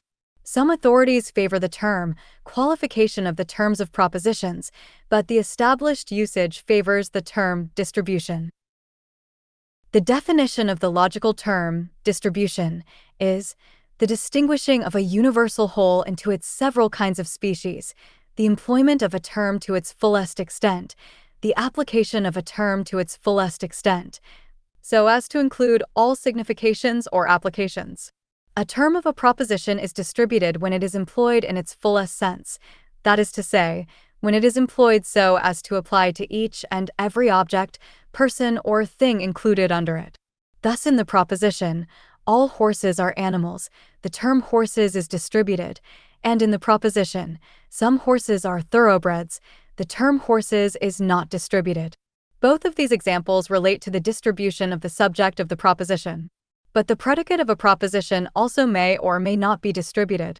For instance, in the proposition, all horses are animals, the predicate animals is not distributed, that is, not used in its fullest sense, for all animals are not. Horses are some animals which are not horses and, therefore, the predicate. Animals, not being used in its fullest sense, is said to be not distributed. The proposition really means, all horses are some animals. There is, however, another point to be remembered in the consideration of distribution of terms of propositions, which Brooks expresses as follows: distribution generally shows itself in the form of the expression, but sometimes it may be determined by the thought. Thus, if we say, men are mortal, we mean all men, and the term men is distributed. But if we say books are necessary to a library, we mean not all books, but some books. The test of distribution is whether the term applies to each and every. Thus, when we say, men are mortal, it is true of each and every man that he is mortal. The rules of distribution of the terms of proposition are as follows. All universals distribute the subject. All particulars do not distribute the subject. All negatives distribute the predicate. All affirmatives do not distribute the predicate. The above rules are based upon logical raisonning. The reason for the first two rules is quite obvious, for when the subject is universal, it follows that the whole subject is involved. When the subject is particular, it follows that only a part of the subject is involved. In the case of the third rule, it will be seen that in every negative proposition, the whole of the predicate must be denied the subject, as for instance, when we say, some animals are not horses, the whole class of horses is cut off from the subject and is thus distributed. In the case of the fourth rule, we may readily see that in the affirmative proposition the whole of the predicate is not denied the subject, as for instance, when we say that horses are animals, we do not mean that horses are all the animals, but that they are merely a part or portion of the class animal. Therefore, the predicate animals is not distributed. In addition to the forms of propositions given, there is another class of propositions known as definitive or substitutive propositions, in which the subject and the predicate are exactly alike in extent and rank. For instance, in the proposition, a triangle is a polygon of 3 sides, the two terms are interchangeable, that is, may be substituted for each other. Hence the term substitutive. The term definitive arises from the fact that the respective terms of this kind of a proposition necessarily define each other. All logical definitions are expressed in this last mentioned form of proposition, for in such cases the subject and the predicate are precisely equal to each other. Chapter 10. Immediate reasoning. In the process of judgment, we must compare two concepts and ascertain their agreement of disagreement. In the process of reasoning, we follow a similar method and compare two judgments, the result of such comparison being the deduction of a third judgment. The simplest form of reasoning is that known as immediate reasoning, by which is meant the deduction of one proposition from another which implies it. Some have defined it as reasoning without a middle term. In this form of reasoning, only one proposition is required for the premise, and from that premise the conclusion is deduced directly and without the necessity of comparison with any other term of proposition. The two principal methods employed in this form of reasoning are opposition, conversion. Opposition exists between propositions have ing the same subject and predicate, but differing in quality or quantity or both. The laws of opposition are as follows. If the universal is true, the particular is true. If the particular is false, the universal is false. If the universal is false, nothing follows. If the particular is true, nothing follows. 2. If one of two contraries is true, the other is false. If one of two contraries is false, nothing can be inferred. Contraries are never both true, but both may be false. 3. If one of two subcontraries is false, the other is true. If one of two subcontraries is true, nothing can be inferred concerning the other. Subcontraries can never be both false, but both may be true. 4. If one of two contradictories is true, the other is false. If one of two contradictories is false, the other is true. Contradictories can never be both true or both false, but always one is true and the other is false. In order to comprehend the above laws, the student should familiarize himself with the following arrangement, adopted by logicians as a convenience. Universal affirmative. Negative AE propositions. Particular affirmative negative IO examples of the above. Universal affirmative A. All men are mortal, universal. Negative E. No man is mortal, particular affirmative I. Some men are mortal, particular negative O. Some men are not mortal. The following examples of abstract propositions are often used by logicians as tending toward a clearer conception than examples such as given above. All A is B. Some A is B. No A is B. Some A is not B. These four forms of propositions bear certain logical relations to each other, as follows. A and E are styled contraries. I and O are subcontraries. A and I and also E and O are called subalterns. A and O and also I and E are styled contradictories. A close study of these relations and the symbols expressing them is necessary for a clear comprehension of the laws of opposition stated a little further back, as well as the principles of conversion, which we shall mention a little further on. The following chart, called the square of opposition, is also employed by logicians to illustrate the relations between the four classes of propositions. Conversion is the process of immediate reasoning by which we infer from a given proposition another proposition having the predicate of the original for its subject and the subject of the original for its predicate, or stated in a few words. Conversion is the transposition of the subject and predicate of a proposition. As Brooks states it, Propositions or judgments are converted when the subject and predicate change places in such a manner that the resulting judgment is an inference from the given judgment. The new proposition, resulting from the operation or conversion, is called the converse. The original proposition is called the convertend. The law of conversion is that no term must be distributed in the converse that is not distributed in the convertend. This arises from the obvious fact that nothing should be affirmed in the derived proposition than there is in the original proposition. There are three kinds of conversion, viz., simple conversion, conversion by limitation, conversion by contraposition. In simple conversion, there is no change in either quality or quantity. In conversion by limitation, the quality is changed from universal to particular. In conversion by negation, the quality is changed, but not the quantity. Referring to the classification tables and symbols given in the preceding pages of this chapter, we may now proceed to consider the application of these methods of conversion to each of the four kinds of propositions, as follows. The universal affirmative symbol A proposition is converted by limitation, or by a change of quality from universal to particular. The predicate not being distributed in the convertend, we must not distribute it in the converse by saying all. Thus, in this case, we must convert the proposition, all men are mortal, A, into some mortals are men, I. The universal negative symbol E is converted by simple conversion, in which there is no change in either quality or quantity. For since both terms of E are distributed, they may both be distributed in the converse without violating the law of conversion. Thus, no man is mortal is converted into no mortals are men. E is converted into E. The particular affirmative symbol I is also converted by simple conversion, in which there is no change in either quality or quantity. For since neither term is distributed in I, neither term may be distributed in the converse, and the latter must remain I. For instance, the proposition, some men are mortal, is converted into the proposition, some mortals are men. The particular negative symbol O is converted by conversion by negation, in which the quality is changed but not the quantity. Thus, in converting the proposition, some men are not mortal, we must not say, some mortals are not men, for in so doing we would distribute men in the predicate, where it is not distributed in the convertend. Avoiding this, we transfer the negative particle from the copula to the predicate so that the convertend becomes I, which is converted by simple conversion.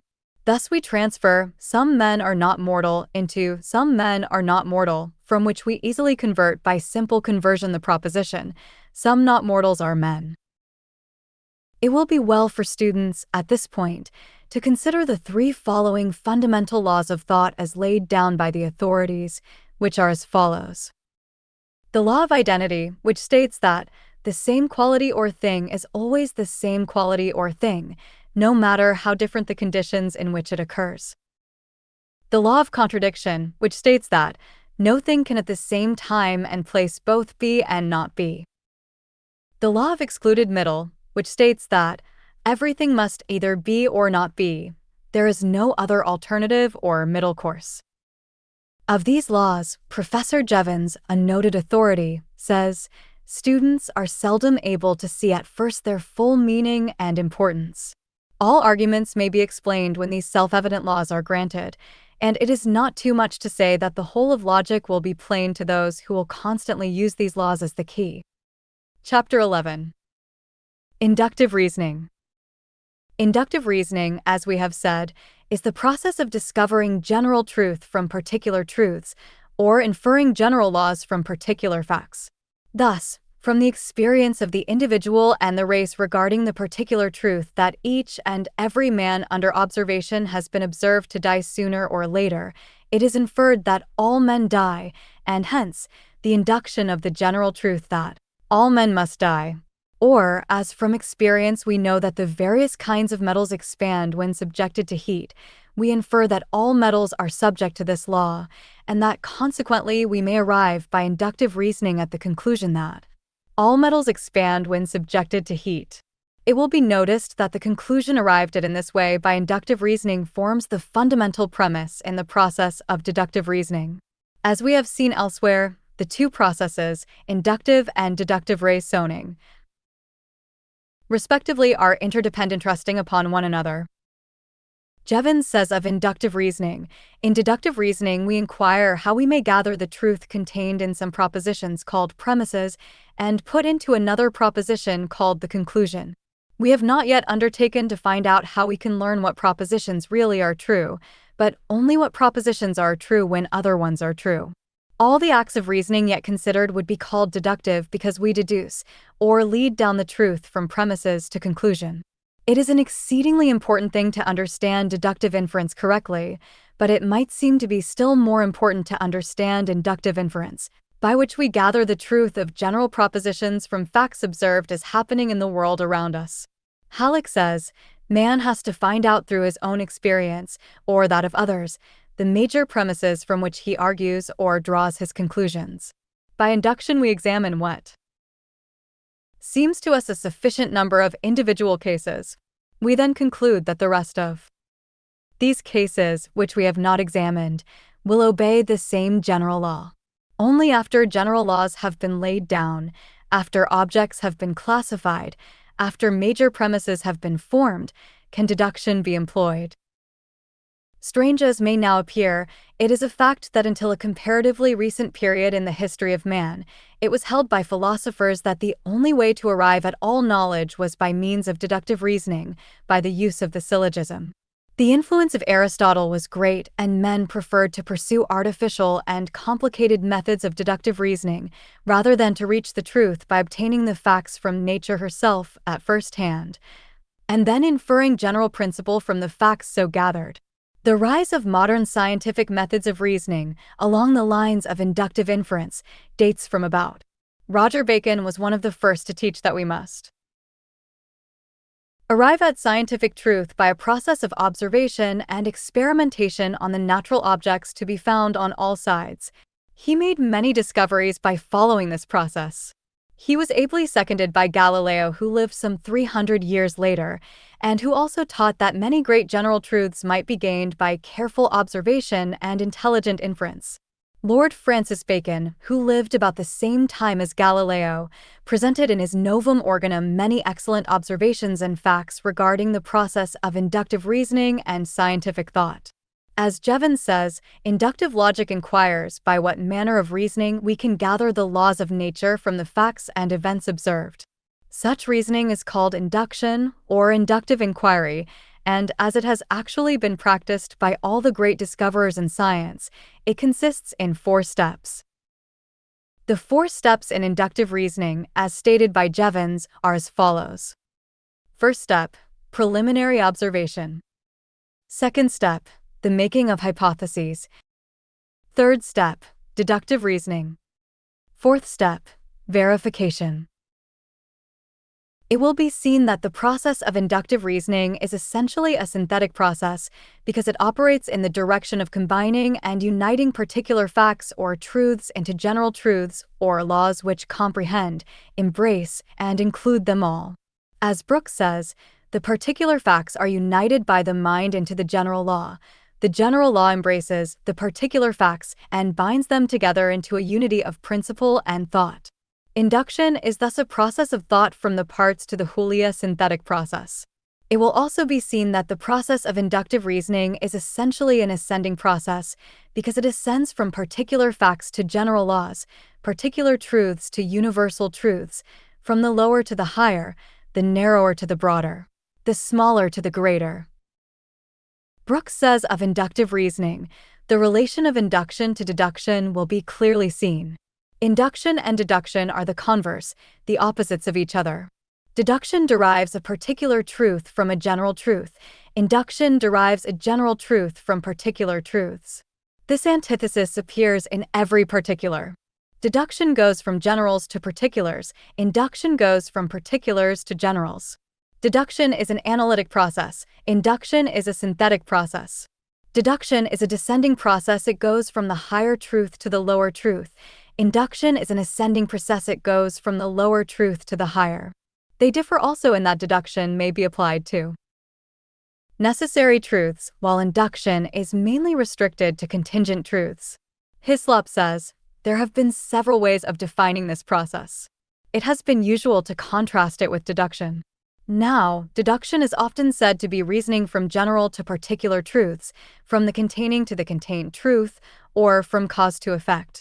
Induction, therefore, by contrast, is defined as reasoning from the particular to the general, from the contained to the containing, or from effect to cause. Sometimes induction is said to be reasoning from the known to the unknown. This would make deduction, by contrast, reasoning from the unknown to the known, which is absurd. The former ways of representing it are much the better, but there is still a better way of comparing them.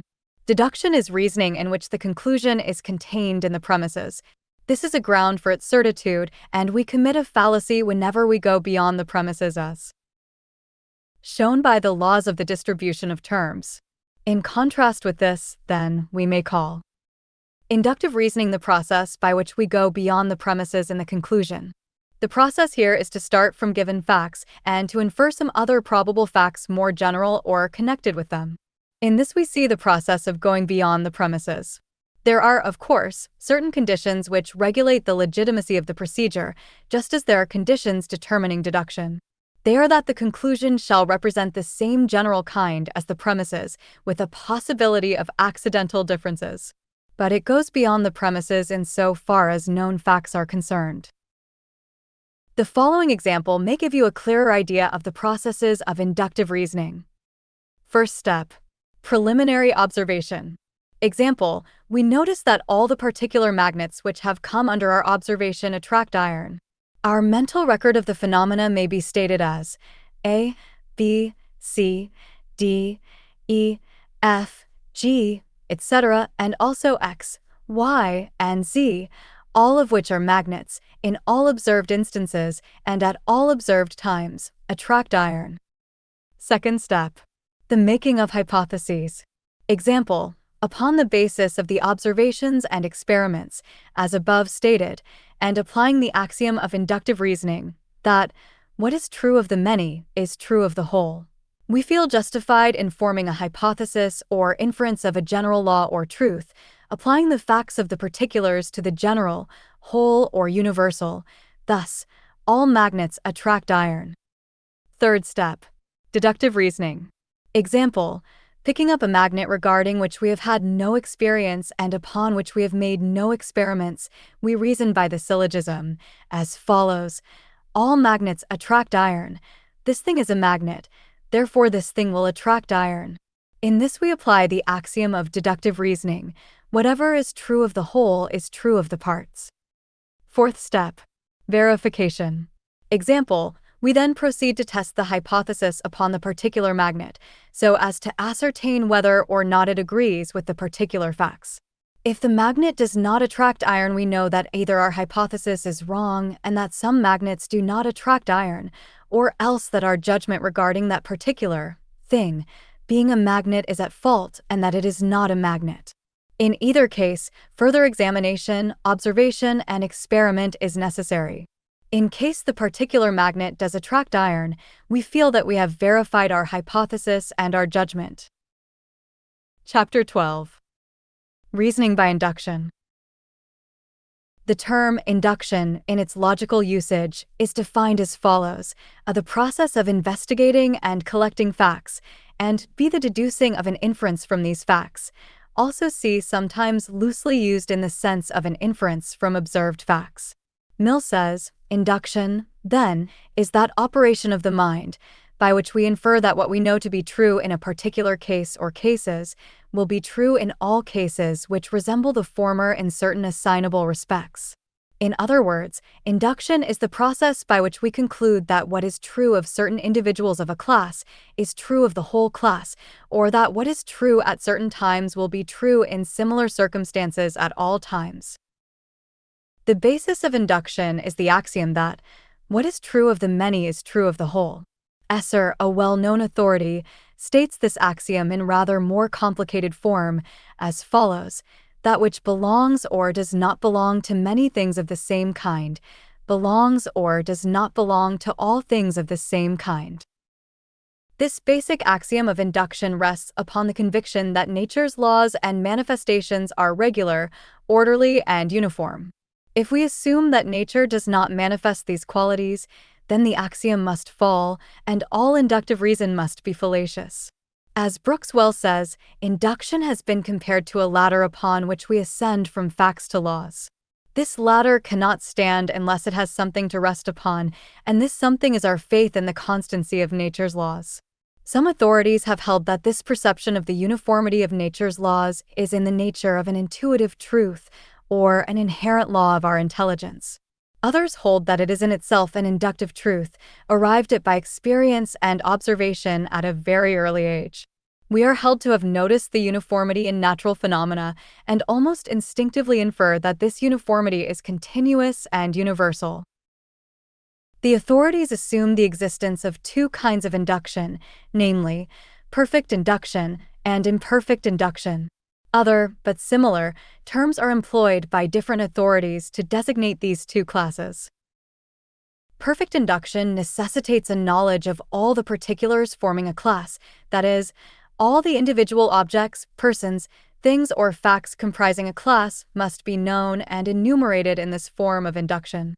For instance, if we knew positively all of Brown's children, and that their names were John, Peter, Mark, Luke, Charles, William, Mary, and Susan, respectively, and that each and every one of them were freckled and had red hair, then, in that case, instead of simply generalizing and stating that John, Peter, Mark, Luke, Charles, William, Mary, and Susan, who are all of Brown's children, are freckled and have red hair, we would save words and state the inductive conclusion: all Brown's children are freckled and have red hair.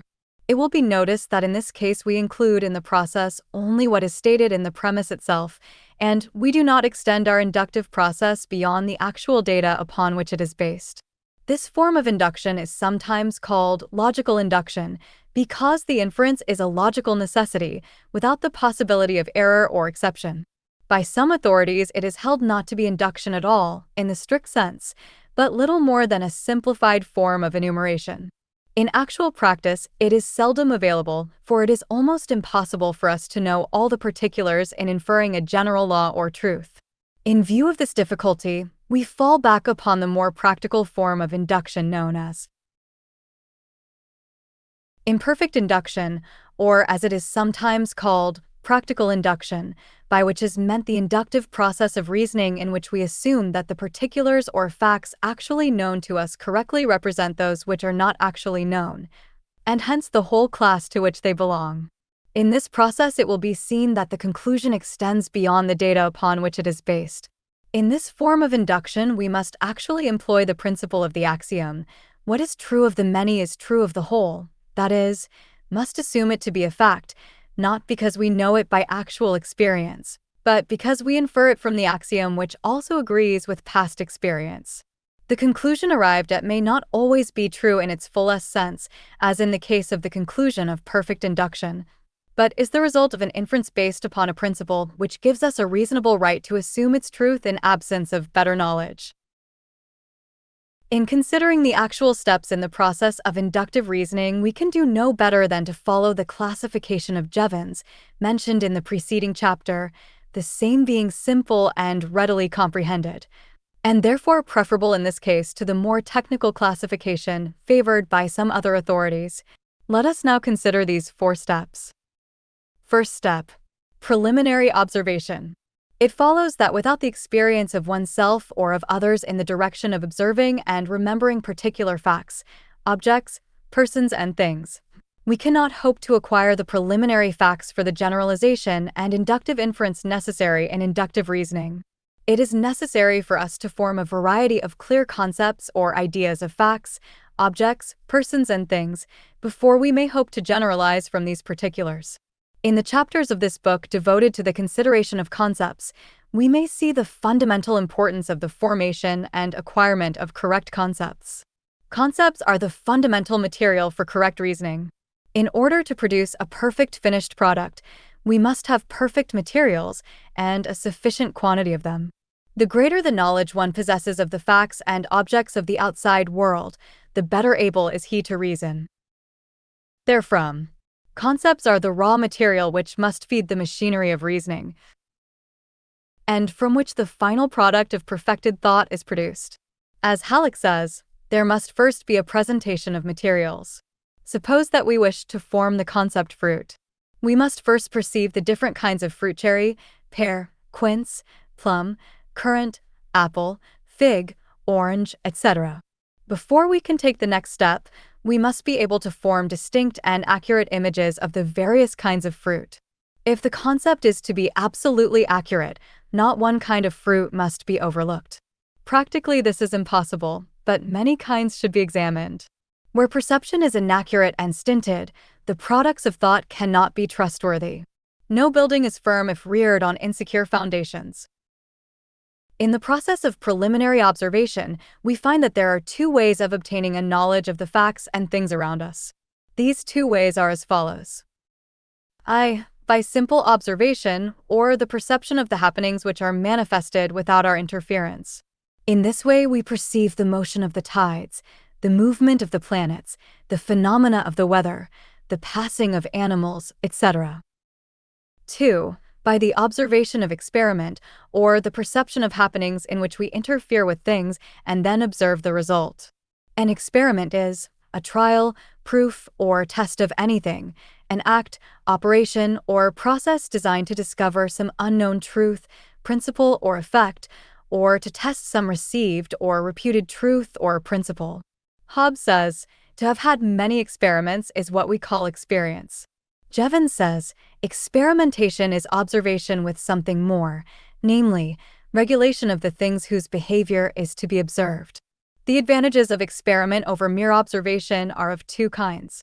In the first place, we shall generally know much more certainly and accurately with what we are dealing when we make experiments than when we simply observe natural events. It is a further advantage of artificial experiments that they enable us to discover entirely new substances and to learn their properties. It would be a mistake to suppose that the making of an experiment is inductive reasoning and gives us without further trouble the laws of nature. Experiments only give us the facts upon which we may afterward reason. Experiments then merely give facts, and it is only by careful reasoning that we can learn when the same facts will be observed again. The general rule is that the same causes will produce the same effects. Whatever happens in one case will happen in all like cases, provided that they are really like and not merely apparently so. When we have by repeated experiments tried the effect which all the surrounding things might have on the result, we can then reason with much confidence as to similar results in similar circumstances. In order that we may, from our observations and experiments, learn the law of nature and become able to foresee the future, we must perform the process of generalization. To generalize is to draw a general law from particular cases, and to infer that what we see to be true of a few things is true of the whole genus or class to which these things belong. It requires much judgment and skill to generalize correctly, because everything depends upon the number and character of the instances about which we reason. Having seen that the first step in inductive reasoning is preliminary observation, let us now consider the next steps in which we may see what we do with the facts and ideas which we have acquired by this observation and experiment. Chapter 13. Theory and Hypotheses. Following Jevons' classification, we find that the second step in inductive reasoning is that called the making of hypotheses. A hypothesis is a supposition, proposition, or principle assumed or taken for granted in order to draw a conclusion or inference in proof of the point or question, a proposition assumed or taken for granted, though not proved, for the purpose of deducing proof of a point in question. It will be seen that a hypothesis is merely held to be possibly or probably true, and not certainly true.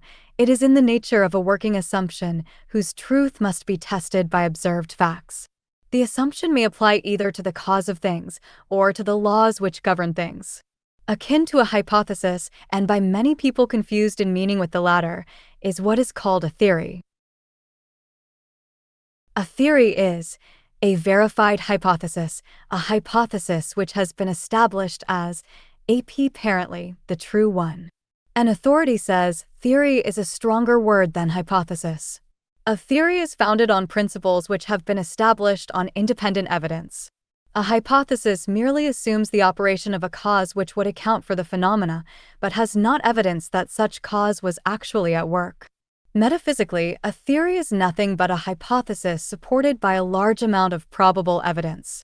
Brooks says, when a hypothesis is shown to explain all the facts that are known, these facts being varied and extensive, it is said to be verified and becomes a theory. Thus we have the theory of universal gravitation, the Copernican theory of the solar system, the undulatory theory of light, etc., all of which were originally mere hypotheses. This is the manner in which the term is usually employed in the inductive philosophy, though it must be admitted that it is not always used in this strict sense. Discarded hypotheses are often referred to as theories, and that which is actually a theory is sometimes called a hypothesis. The steps by which we build up a hypothesis are numerous and varied. In the first place, we may erect a hypothesis by the methods of what we have described as perfect induction or logical induction. In this case, we proceed by simple generalization or simple enumeration. The example of the freckled, red-haired children of Brown, mentioned in a previous chapter, explains this method. It requires the examination and knowledge of every object or fact of which the statement or hypothesis is made. Hamilton states that it is the only induction which is absolutely necessitated by the laws of thought. It does not extend further than the plane of experience. It is akin to mathematical reasoning. Far more important is the process by which hypotheses are erected by means of inferences from imperfect induction, by which we reason from the known to the unknown, transcending experience, and making true inductive inferences from the axiom of inductive reasoning. This process involves the subjective causes.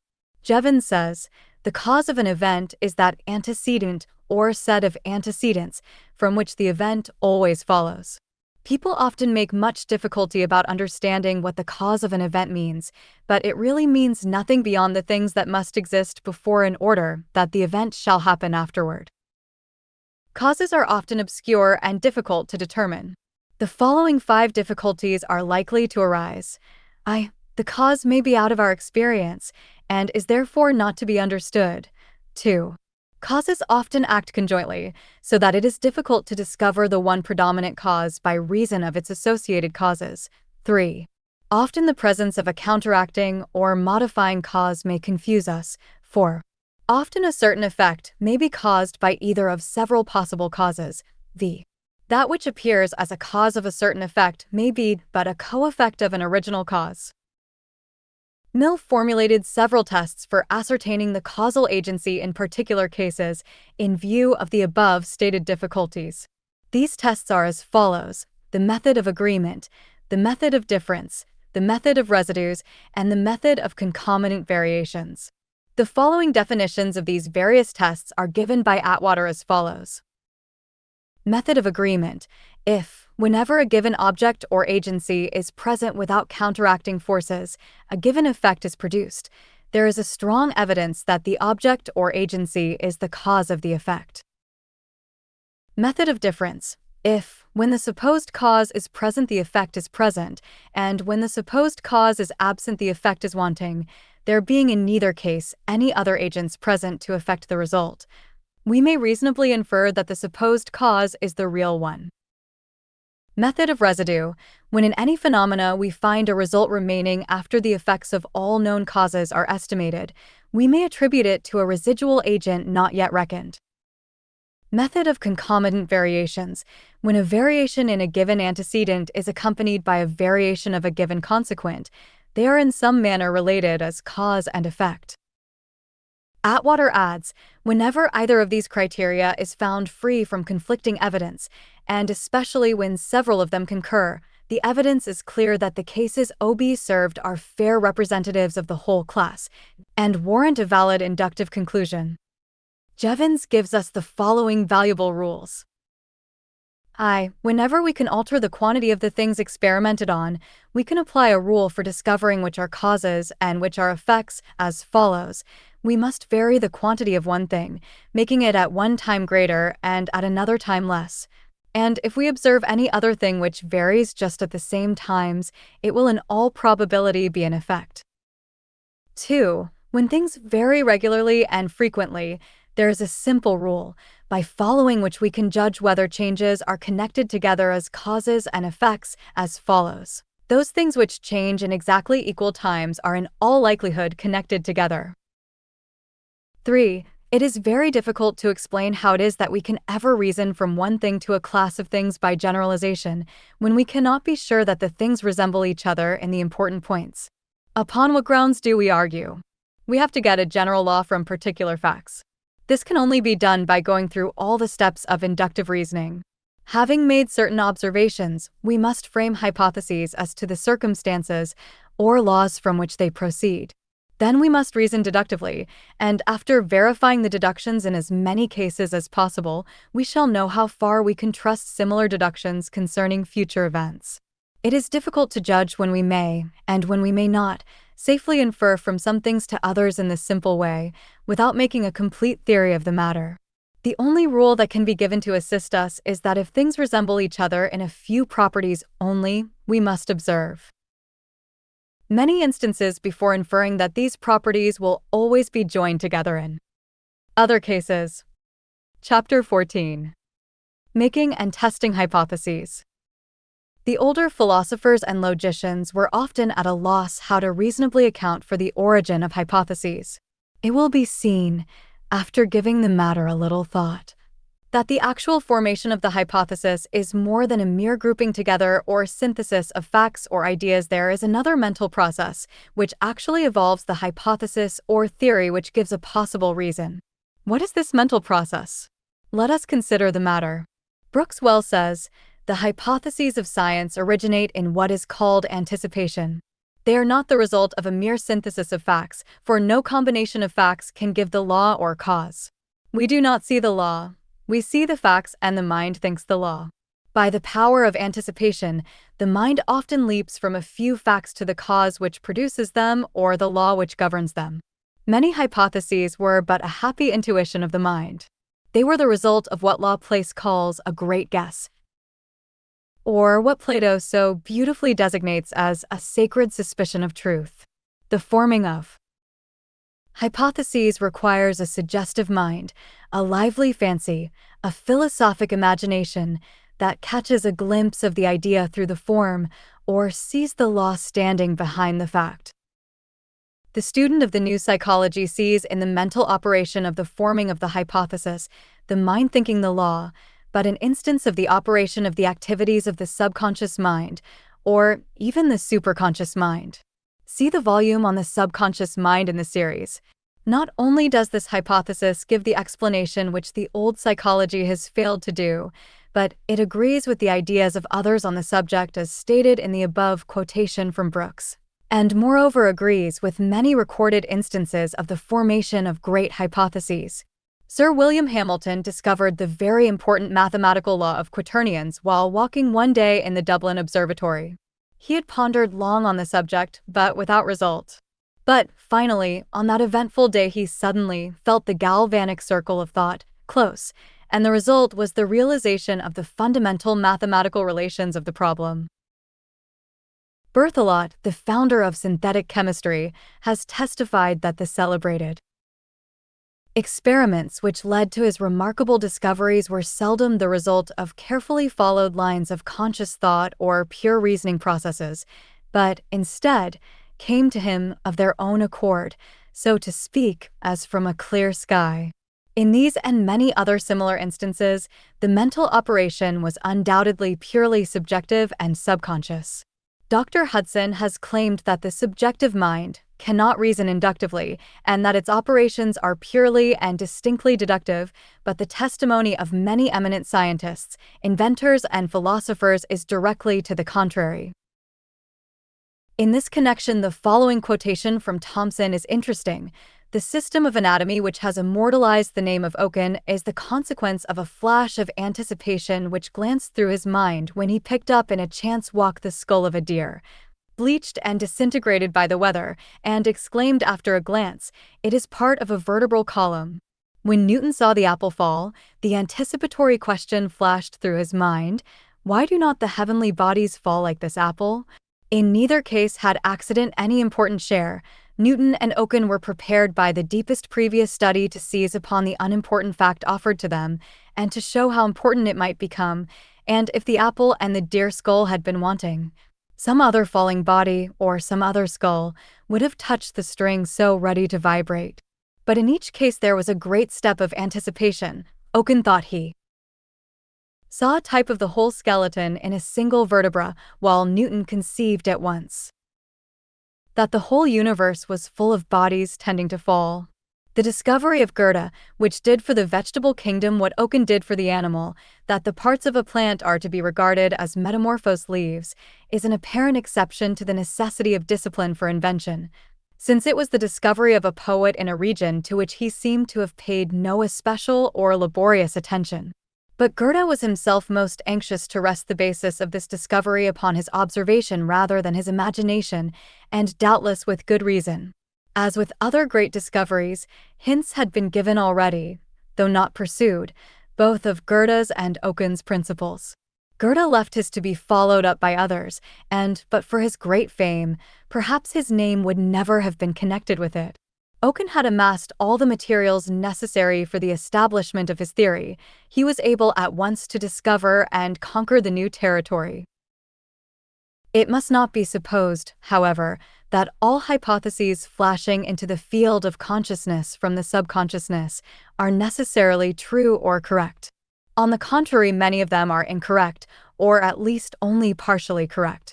The subconsciousness is not infallible or omniscient, it merely produces results according to the material furnished it. But even these faulty hypotheses are often of value in the later formation of a correct one. As Wool says, to try wrong guesses is with most persons the only way to hit upon right ones. Kepler is said to have erected at least 20 hypotheses regarding the shape of the Earth's orbit before he finally evolved the correct one. As Brooks says, even incorrect hypotheses may be of use in scientific research, since they may lead to more correct suppositions.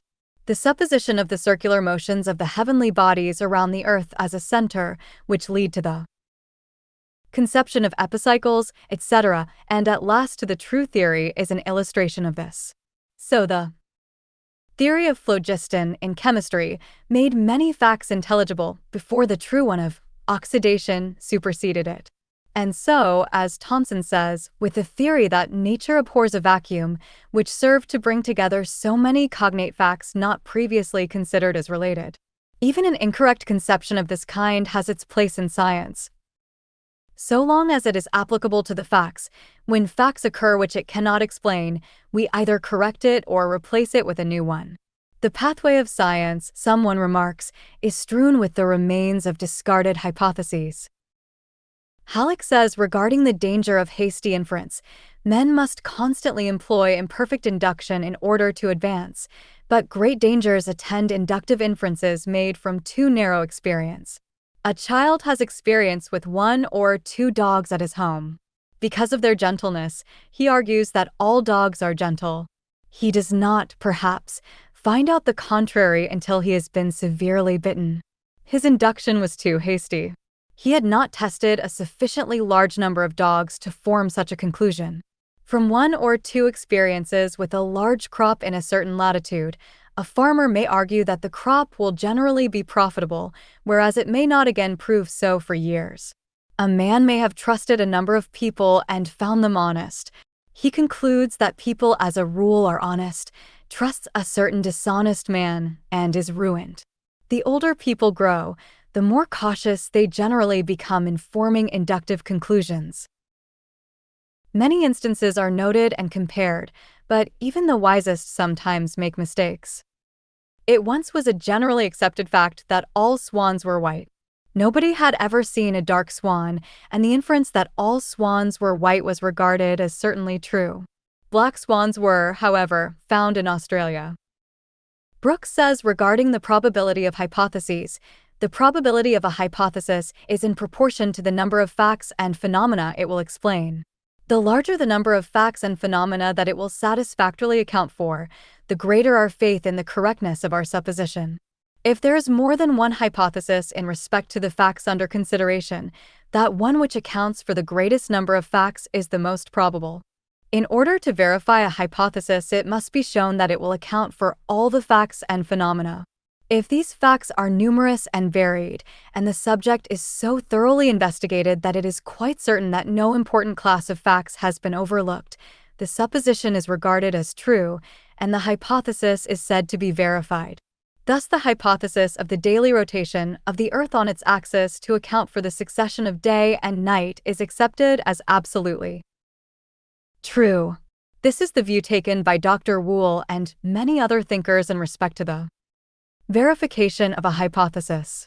Some writers, however, as Mill and his school, maintain that in order to verify a hypothesis, we must show not only that it explains all the facts and phenomena, but that there is no other possible hypothesis which will account for them. The former view of verification is regarded as the correct one. By the latter view, it is evident that a hypothesis could never be verified.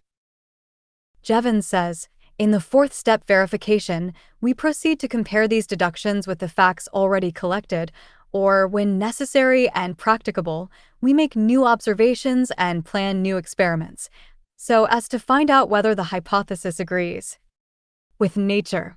If we meet with several distinct disagreements between our deductions and our observations, it will become likely that the hypothesis is wrong, and we must then invent a new one. In order to produce agreement, it will sometimes be enough to change the hypothesis in a small degree. When we get hold of a hypothesis which seems to give results agreeing with a few facts, we must not at once assume that it is certainly correct. We must go on making other deductions from it under various circumstances, and, whenever it is possible, we ought to verify these results, that is, compare them with facts observed through the senses. When a hypothesis is shown in this way to be true in a great many of its results, especially when it enables us to predict what we should never otherwise have believed or discovered, it becomes certain that the hypothesis itself is a true one. Sometimes it will happen that two or even three quite different hypotheses all seem to agree with certain facts, so that we are puzzled which to select. When there are thus two hypotheses, one as good as the other, we need to discover some fact or thing which will agree with one hypothesis and not with the other, because this immediately enables us to decide that the former hypothesis is true and the latter false. In the above statements regarding the verification of hypotheses, we see references made to the testing of the latter upon the facts of the case. These facts may be either the observed phenomena or facts apparent to the perception, or else facts obtained by deductive reasoning. The latter may be said to be facts which are held to be true if the hypothesis be true. Thus, if we erect the hypothesis that all men are mortal, we may reason deductively that it will follow that each and everything that is a man must die sooner or later.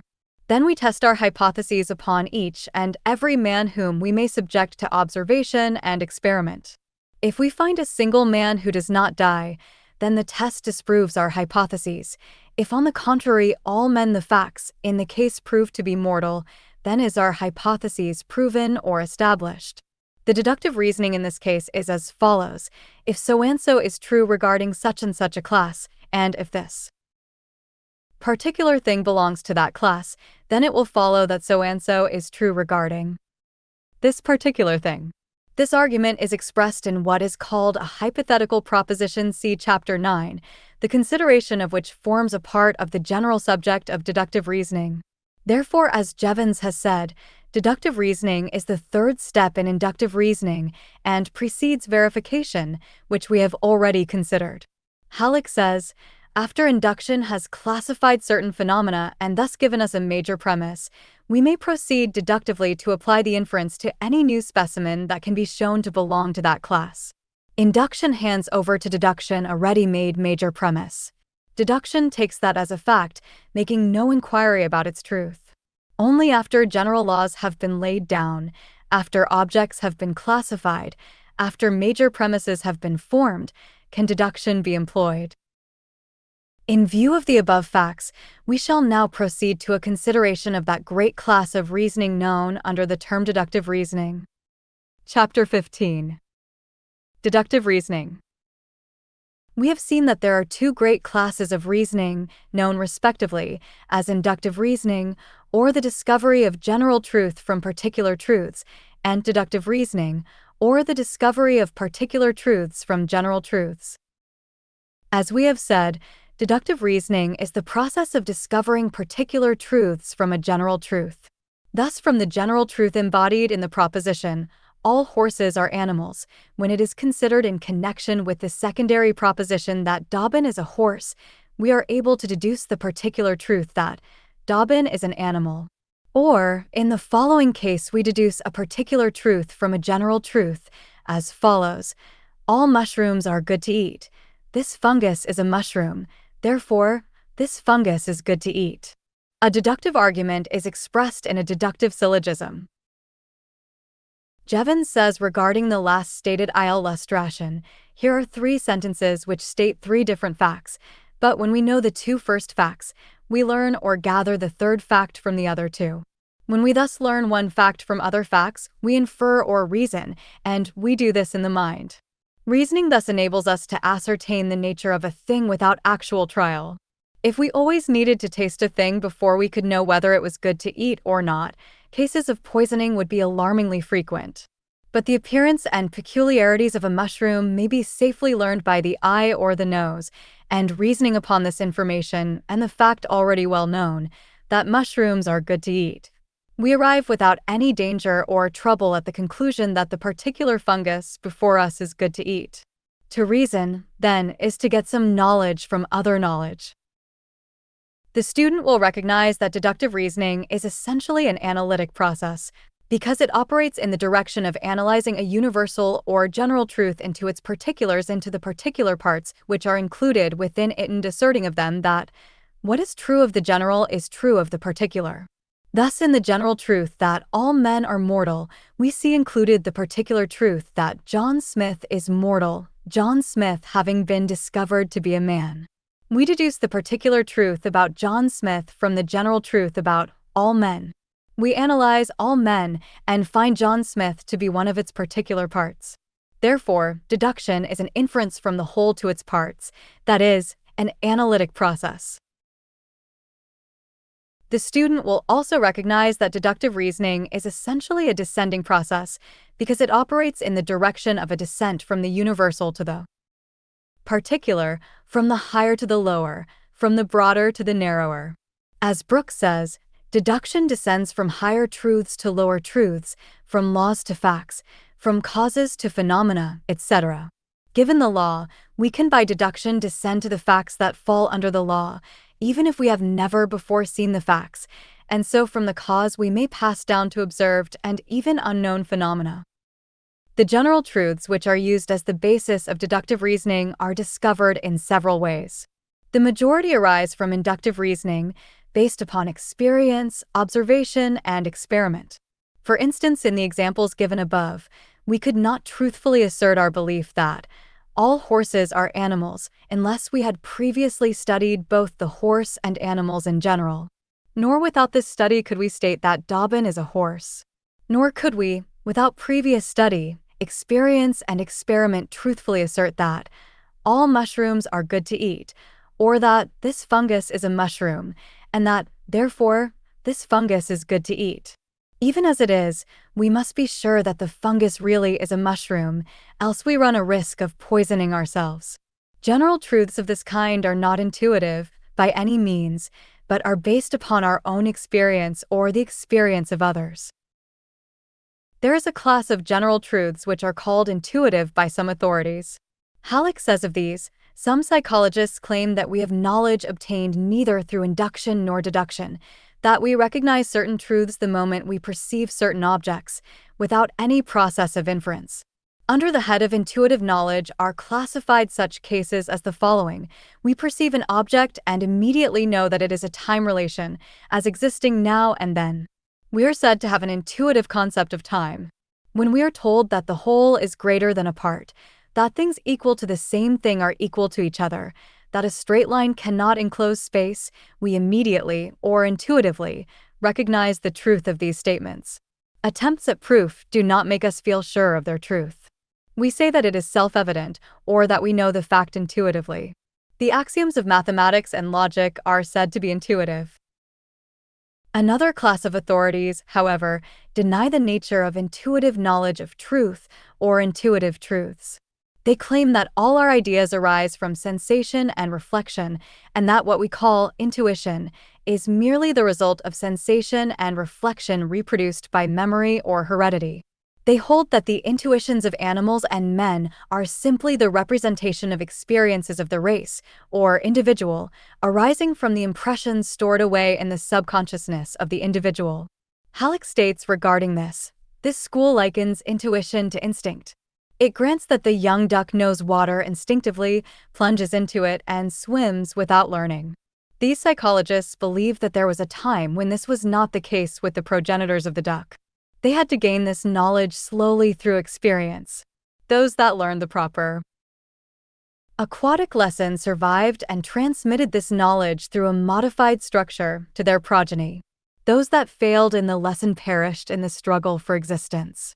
This school claims that the intuition of cause and effect arose in the same way. Generations of human beings have seen the cause invariably joined to the effect, hence, through inseparable association came the recognition of their necessary sequence. The tendency to regard all phenomena in these relations was with steadily increasing force transmitted by the laws of heredity to posterity, until the recognition of the relationship has become an intuition. Another class of general truths is merely hypothetical.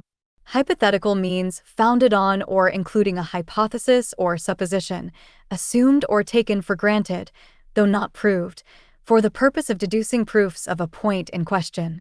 The hypotheses and theories of physical science are used as general truths for deductive reasoning. Hypothetical general truths are in the nature of premises assumed in order to proceed with the process of deductive reasoning, and without which such reasoning would be impossible. They are, however, as a rule not mere assumptions, but are rather in the nature of assumptions rendered plausible by experience, experiment, and inductive reasoning. The law of gravitation may be considered hypothetical, and yet it is the result of inductive reasoning based upon a vast multitude of facts and phenomena.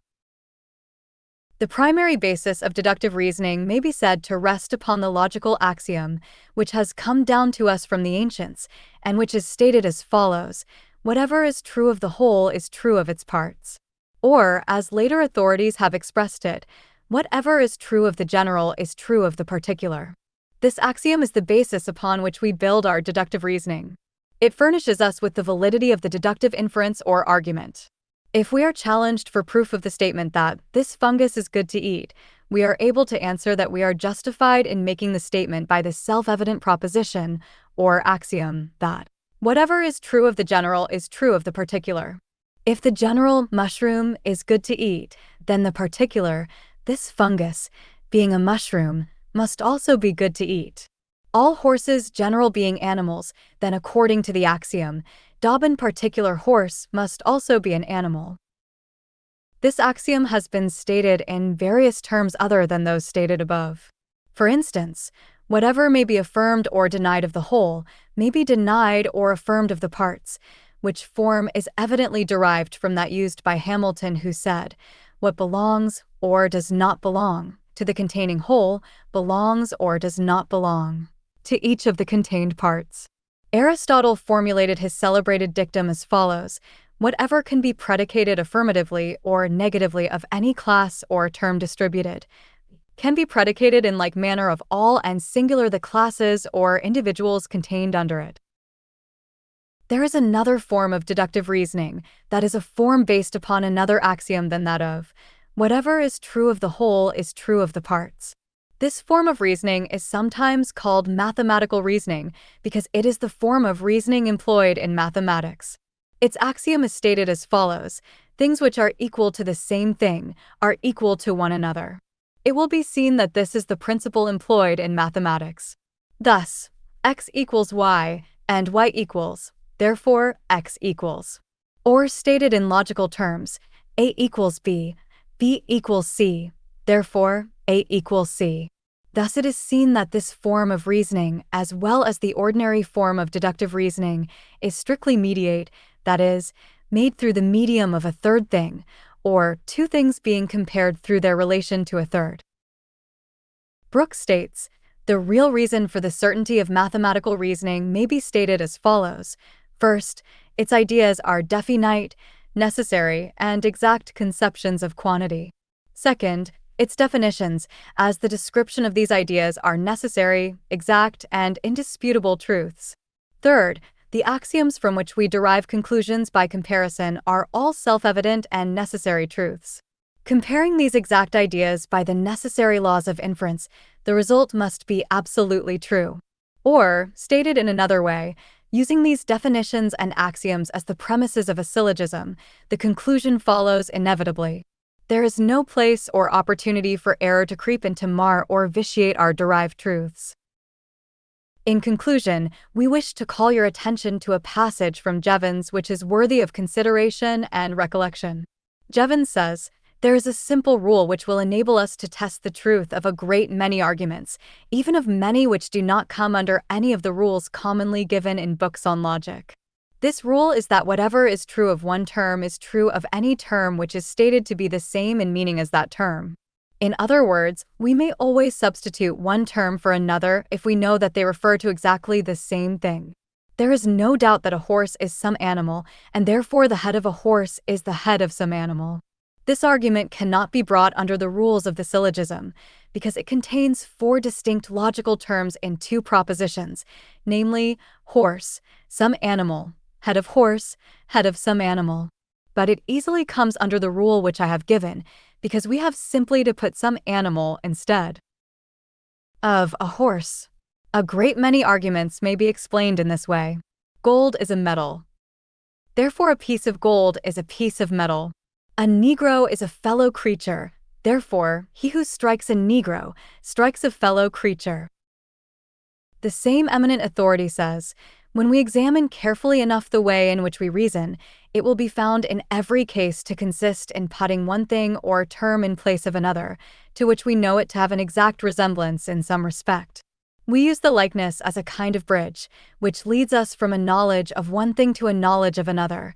Thus the true principle of reasoning may be called the substitution of similars, or the passing from like to like. We infer the character of one thing from the character of something which acts as a go-between or third term. When we are certain there is an exact likeness, our inference is certain. When we only believe that there probably is or guess that there is, then our inferences are only probable, not certain. Chapter 16. The Syllogism. The third and highest phase or step in reasoning, the step which follows after those styled conception and judgmentis, generally known by the general term reasoning, which term, however, is used to include the two precedent steps as well as the final step itself. This step or process consists of the comparing of two objects, persons or things, through their relation to a third object, person or thing. As, for instance, we reason that all mammals are animals, B that a horse is a mammal, and C that, therefore, a horse is an animal. The most fundamental principle of the step or reasoning consists in the comparing of two objects of thought through and by means of their relation to a third object. The natural form of expression of this process of reasoning is called a syllogism. The process of reasoning which gives rise to the expression of the argument in the form of a syllogism must be understood if one wishes to form a clear conception of the syllogism. The process itself is very simple when plainly stated, although the beginner is sometimes puzzled by the complicated definitions and statements of the authorities. Let us suppose that we have three objects, A, B, and C respectively. We wish to compare C and B, but fail to establish a relation between them at first. We, however, are able to establish a relation between A and B and between C and A. We thus have the two propositions A equals B and C equals A. The next step is that of inferring that if A equals B and C equals A, then it must follow, logically, that C equals B. This process is that of indirect or mediate comparison rather than immediate. C and B are not compared directly or immediately, but indirectly and through the medium of A. A is thus said to mediate between B and C. This process of reasoning embraces three ideas or objects of thought in their expression of propositions. It comprises the fundamental or elemental form of reasoning. As Brooks says, the simplest movement of the reasoning process is the comparing of two objects through their relation to a third. The result of this process is an argument expressed in what is called a syllogism. Whately says that a syllogism is an argument expressed in strict logical form so that its conclusiveness is manifest from the structure of the expression alone, without any regard to the meaning of the terms. Brooks says, all reasoning can be and naturally is expressed in the form of the syllogism. It applies to both inductive and deductive reasoning and is the form in which these processes are presented. Its importance as an instrument of thought requires that it receive special notice. In order that the nature and use of the syllogism may be clearly understood, we can do no better than to at once present for your consideration the well-known rules of the syllogism, an understanding of which carries with it a perfect comprehension of the syllogism itself. The rules of the syllogism state that in order for a syllogism to be a perfect syllogism, it is necessary that there should be three and no more than three propositions. These three propositions are the conclusion, or thing to be proved, and the premises, or the means of proving the conclusion, and which are called the major premise and minor premise, respectively. We may understand this more clearly if we will examine the following example. Major premise: man is mortal, or A is B. Minor premise: Socrates is a man, or C is a. Therefore. Conclusion: Socrates is mortal, or C is B. It will be seen that the above syllogism, whether expressed in words or symbols, is logically valid, because the conclusion must logically follow the premises. And in this case, the premises being true, it must follow that the conclusion is true. Whately says, a syllogism is said to be valid when the conclusion logically follows from the premises. If the conclusion does not so follow, the syllogism is invalid and constitutes a fallacy, if the error deceives the reasoner himself. But if it is advanced with the idea of deceiving others, it constitutes a sophism. The reason for Rule I is that only three propositions, a major premise, a minor premise, and a conclusion, are needed to form a syllogism. If we have more than three propositions, then we must have more than two premises from which to draw one conclusion. The presence of more than two premises would result in the formation of two or more syllogisms, or else in the failure to form a syllogism. 2. That there should be three and no more than three terms. These terms are the predicate of the conclusion, the subject of the conclusion, and the middle term which must occur in both premises, being the connecting link in bringing the two other terms together in the conclusion. The predicate of the conclusion is called the major term, because it is the greatest in extension compared with its fellow terms. The subject of the conclusion is called the minor term because it is the smallest in extension compared with its fellow terms. The major and minor terms are called the extremes. The middle term operates between the two extremes. The major term and the middle term must appear in the major premise. The minor term and the middle term must appear in the minor premise. The minor term and the major term must appear in the conclusion. Thus we see that the major term must be the predicate of the conclusion, the minor term the subject of the conclusion. The middle term may be the subject or predicate of either of the premises, but must always be found once in both premises. The following example will show this arrangement more clearly. In the syllogism, man is mortal, Socrates is a man, therefore Socrates is mortal, we have the following arrangement: mortal, the major term, Socrates, the minor term, and man, the middle term, as follows. Major premise: man, middle term is mortal major term. Minor premise: Socrates, minor term is a man major term. Conclusion: Socrates, minor term is mortal major term. The reason for the rule that there shall be only three terms is that reasoning consists in comparing two terms with each other through the medium of a third term. There must be three terms. If there are more than three terms, we form two syllogisms instead of one. 3. that one premise, at least, must be affirmative. This because from two negative propositions nothing can be inferred. A negative proposition asserts that two things differ, and if we have two propositions so asserting difference, we can infer nothing from them. If our syllogism stated that man is not mortal, and that Socrates is not a man, we could form no conclusion, either that Socrates was or was not mortal. There would be no logical connection between the two premises, and therefore no conclusion could be deduced therefrom. Therefore, at least one premise must be affirmative. 4. If one premise is negative, the conclusion must be negative. This because if one term agrees and another disagrees with a third term, they must disagree with each other. Thus, if our syllogism stated that man is not mortal, and that Socrates is a man, we must announce the negative conclusion that Socrates is not mortal. V. That the middle term must be distributed, that is, taken universally in at least one premise. This because otherwise the major term may be compared with one part of the middle term and the minor term with another part of the latter, and there will be actually no common middle term and consequently no common ground for an inference. The violation of this rule causes what is commonly known as the undistributed middle, a celebrated fallacy condemned by the logicians. In the syllogism mentioned as an example in this chapter, the proposition, man is mortal, really means all men, that is, man in his universal sense. Literally, the proposition is all men are mortal, from which it is seen that Socrates, being a man, or some of all men must partake of the quality of the universal man.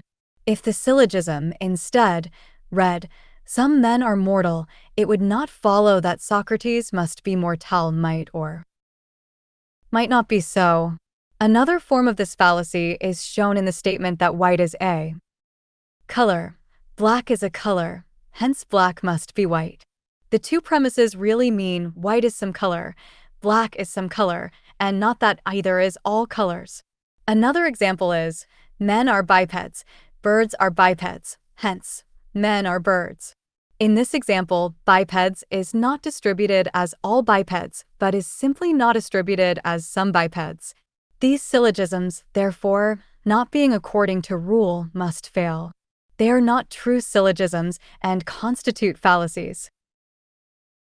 To be distributed, the middle term must be the subject of a universal proposition, or the predicate of a negative proposition. To be undistributed, it must be the subject of a particular proposition, or the predicate of an affirmative proposition. See chapter on propositions. 6. That an extreme, if undistributed in a premise, may not be distributed in the conclusion. This because it would be illogical and unreasonable to assert more in the conclusion than we find in the premises.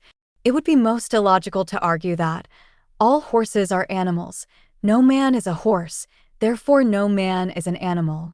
The conclusion would be invalid because the term animal is distributed in the conclusion, being the predicate of a negative proposition, while it is not distributed in the premise, being the predicate of an affirmative proposition. As we have said before, any syllogism which violates any of the above 6 syllogisms is invalid and a fallacy. There are 2 additional rules which may be called derivative.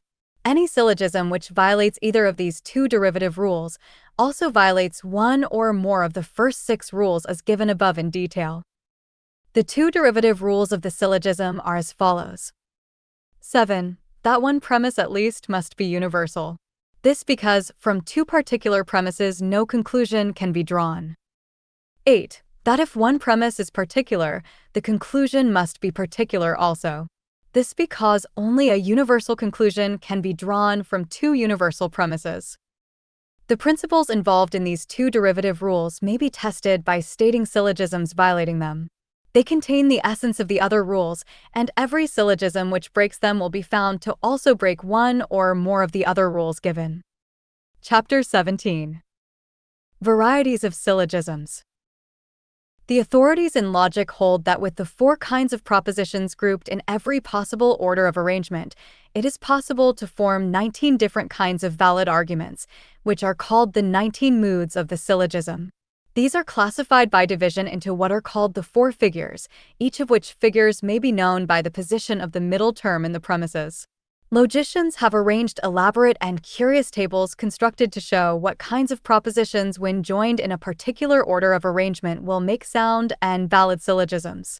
We shall not set forth these tables here, as they are too technical for a popular presentation of the subject before us, and because they are not necessary to the student who will thoroughly familiarize himself with the above stated laws of the syllogism, and who will therefore be able to determine in every case whether any given argument is a correct syllogism or otherwise.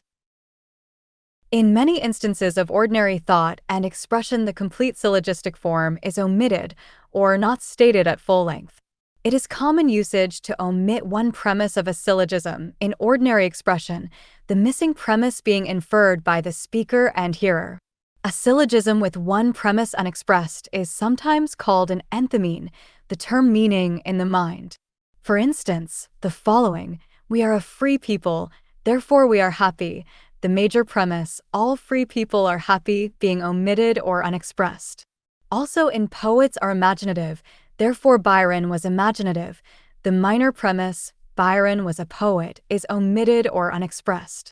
Jevons says regarding this phase of the subject, "Thus in the Sermon on the Mount, the verses known as the Beatitudes consist each of one premise and a conclusion, and the conclusion is put first. Blessed are the merciful, for they shall obtain mercy." The subject and the predicate of the conclusion are here inverted, so that the proposition is really "the merciful are blessed." It is evidently understood that all who shall obtain mercy are blessed, so that the syllogism, when stated at full length, becomes "all who shall obtain mercy are blessed. All who are merciful shall obtain mercy. Therefore, all who are merciful are blessed." This is a perfectly good syllogism. Whenever we find any of the words because, for, therefore, since, or similar terms, we may know that there is an argument, and usually a syllogism. We have seen that there are three special kinds of propositions, namely, categorical propositions or propositions in which the affirmation or denial is made without reservation or qualification, hypothetical propositions, in which the affirmation or denial is made to depend upon certain conditions, circumstances, or suppositions, and disjunctive propositions, in which is implied or asserted an alternative. The forms of reasoning based upon these three several classes of propositions bear the same names as the latter, and, accordingly, the respective syllogisms expressing these forms of reasoning also bear the class name or term. Thus, a categorical syllogism is one containing only categorical propositions. A hypothetical syllogism is one containing one or more hypothetical propositions. A disjunctive syllogism is one containing a disjunctive proposition in the major premise. Categorical syllogisms, which are far more common than the other two kinds, have been considered in the previous chapter, and the majority of the examples of syllogisms given in this book are of this kind. In a categorical syllogism, the statement or denial is made positively and without reservation or qualification, and the reasoning thereupon partakes of the same positive character. In propositions or syllogisms of this kind, it is asserted or assumed that the premise is true and correct, and, if the reasoning be logically correct, it must follow that the conclusion is correct, and the new proposition springing therefrom must likewise be categorical in its nature. Hypothetical syllogisms, on the contrary, have as one or more of their premises a hypothetical proposition which affirms or asserts something provided, or, if something else be true. Hislop says of this, "Often we wish first to bring out, if only conditionally, the truth upon which a proposition rests, so as to see if the connection between this conclusion and the major premise be admitted. The whole question will then depend upon the matter of treating the minor premise. This has the advantage of getting the major premise admitted without the formal procedure of proof, and the minor premise is usually more easily proved than the major. Consequently, one is made to see more clearly the force of the argument or reasoning by removing the question of the material truth of the major premise and concentrating attention upon the relation between the conclusion and its conditions, so that we know clearly what we have first to deny if we do not wish to accept it." By joining a hypothetical proposition with an ordinary proposition, we create a hypothetical proposition.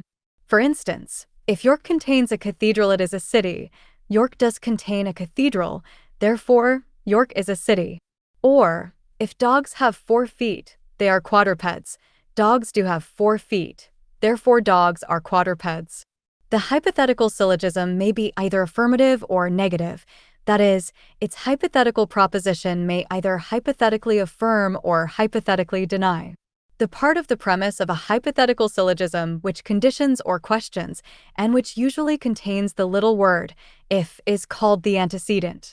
The major premise is the one usually thus conditioned.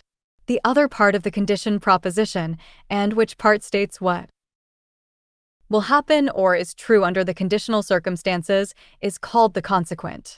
Thus, in one of the above examples, if dogs have 4 feet is the antecedent, and the remainder of the proposition, they are quadrupeds, is the consequent. The antecedent is indicated by the presence of some conditional term as if, supposing, granted that, provided that, although, had, were, etc., the general sense and meaning of such terms being that of the little word, if.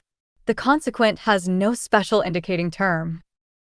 Jevons gives the following clear and simple rules regarding the hypothetical syllogism. I. If the antecedent be affirmed, the consequent may be affirmed. If the consequent be denied, the antecedent may be denied.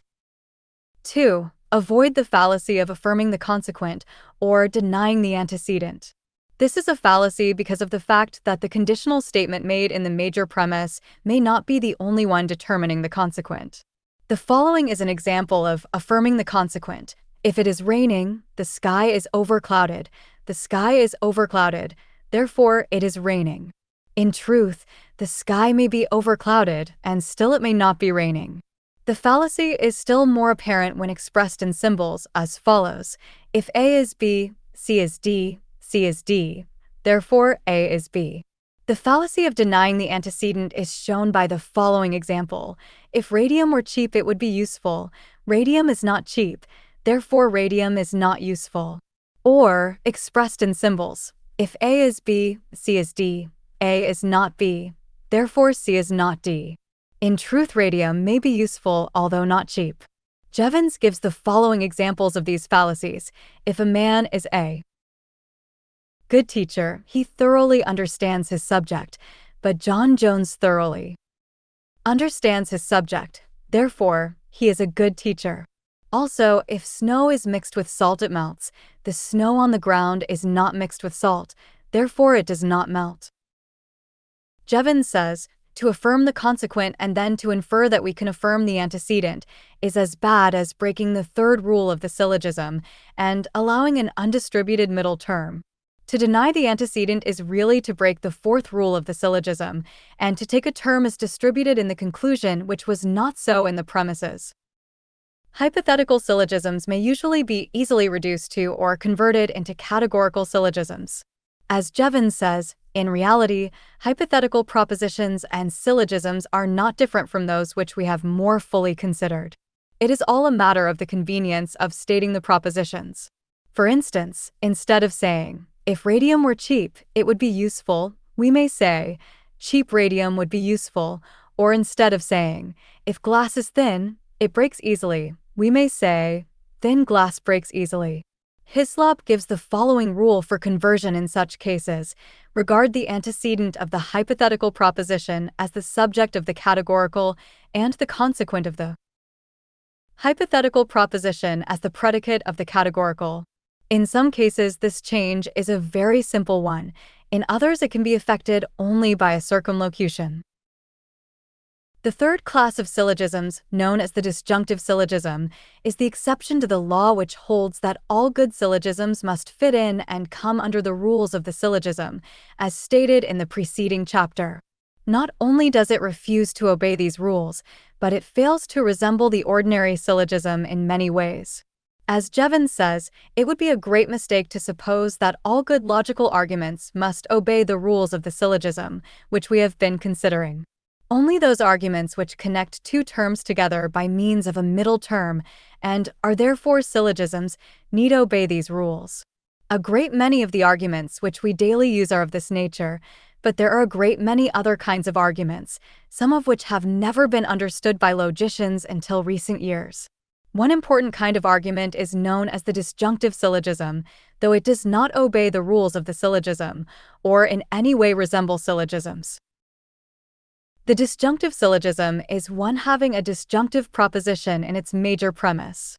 The disjunctive proposition also appears in the conclusion when the disjunction in the major premise happens to contain more than two terms. A disjunctive proposition, we have seen, is one which possesses alternative predicates for the subject in which the conjunction, or, sometimes accompanied by either, appears.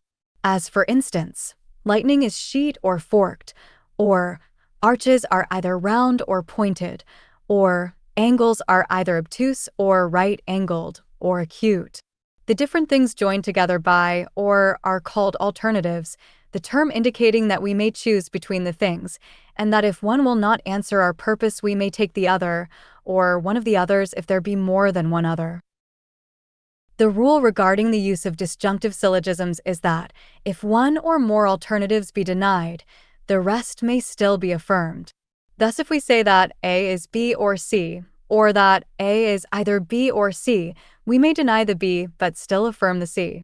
Some authorities also hold that if we affirm one alternative, we must deny the remainder, but this view is vigorously disputed by other authorities. It would seem to be a valid rule in cases where the term either appears as A is either B or C, because there seems to be an implication that one or the other alone can be true. But in cases like A is B or C, there may be a possibility of both being true. Jevons takes this latter view, giving as an example the proposition, a magistrate is a justice of the peace, a mayor, or a stipendiary magistrate, but it does not follow that one who is a justice of peace may not be at the same time a mayor. He states, after affirming one alternative we can only deny the others if there be such a difference between them that they could not be true at the same time. It would seem that both contentions are at the same time true, the example given by Jevons illustrating his contention, and the proposition, the prisoner is either guilty or innocent, illustrating the contentions of the other side. A dilemma is a conditional syllogism whose major premise presents some sort of alternative. Whately defines it as a conditional syllogism with two or more antecedents in the major and a disjunctive minor. There being two mutually exclusive propositions in the major premise, the reasoner is compelled to admit one or the other, and is then caught between the two horns of the dilemma. Chapter 18. Reasoning by analogy. What is called reasoning by analogy is one of the most elementary forms of reasoning, and the one which the majority of us most frequently employ. It is a primitive form of hasty generalization evidencing in the natural expectation that things will happen as they have happened before in like circumstances. The term is used in logic has been defined as resemblance of relations, resemblances of any kind on which an argument falling short of induction may be founded. Brooks says, analogy is that process of thought by which we infer that if two things resemble each other in one or more particulars, they will resemble each other in some other particular. Jevons states the rule for reasoning by analogy as follows: if two or more things resemble each other in many points, they will probably resemble each other also in more points. Others have stated the same principle as follows: when one thing resembles another in known particulars, it will resemble it also in the unknown, and if two things agree in several particulars, they will also agree in other particulars. There is a difference between generalization by induction and by analogy.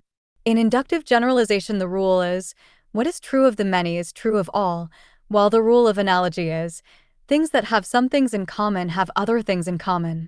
As Jevons aptly remarks, reasoning by analogy differs only in degree from that kind of reasoning called generalization.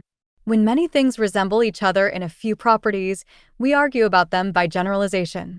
When a few things resemble each other in many properties, it is a case of analogy. Illustrating analogy, we may say that if in A we find the qualities, attributes, or properties called A, B, C, D, E, F, G, respectively, and if we find that in B the qualities, etc., called A, B, C, D, E, respectively, are present, then we may reason by analogy that the qualities F and G must also belong to B. Brooks says of this form of reasoning, this principle is in constant application in ordinary life and in science. A physician, in visiting a patient, says this disease corresponds in several particulars with typhoid fever, hence it will correspond in all particulars and is typhoid fever. So, when the geologist discovers a fossil animal with large, strong, blunt claws, he infers that it procured its food by scratching or burrowing in the earth. It was by analogy that Dr. Buckland constructed an animal from a few fossil bones, and when subsequently the bones of the entire animal were discovered, his construction was found to be correct. Halleck says, in argument or reasoning we are much aided by the habit of searching for hidden resemblances. The detection of such a relation cultivates thought. If we are to succeed in argument, we must develop what some call a sixth sense of such relations. The study of poetry may be made very serviceable in detecting analogies and cultivating the reasoning powers. When the poet brings clearly to mind the change due to death, using as an illustration the caterpillar body transformed into the butterfly spirit, moving with winged ease over flowering meadows, he is cultivating our apprehension of relations, none the less valuable because they are beautiful. But the student must be on guard against the deceptive conclusions sometimes arising from reasoning by analogy. As Jevons says, in many cases reasoning by analogy is found to be a very uncertain guide. In some cases, unfortunate mistakes are made. Children are sometimes killed by gathering and eating poisonous berries, wrongly inferring that they can be eaten because other berries, of a somewhat similar appearance, have been found agreeable and harmless. Poisonous toadstools are occasionally mistaken for mushrooms, especially by people not accustomed to gathering them. In Norway, mushrooms are seldom seen and are not eaten, but when I once found a few there and had them cooked at an inn, I was amused by the people of the inn, who went and collected toadstools and wanted me to eat them also. This was clearly a case of mistaken reasoning by analogy. Even brute animals reason in the same way in some degree. The beaten dog fears every stick, and there are few dogs which will not run away. When you pretend to pick up a stone, even if there be no stone to pick up. Halleck says, many false analogies are manufactured, and it is excellent thought training to expose them. The majority of people think so little that they swallow these false analogies just as newly fledged robins swallow small stones dropped into their open mouths. This tendency to think as others do must be resisted somewhere along the line, or there can be no progress. Brooks says, the argument from analogy is plausible, but often deceptive.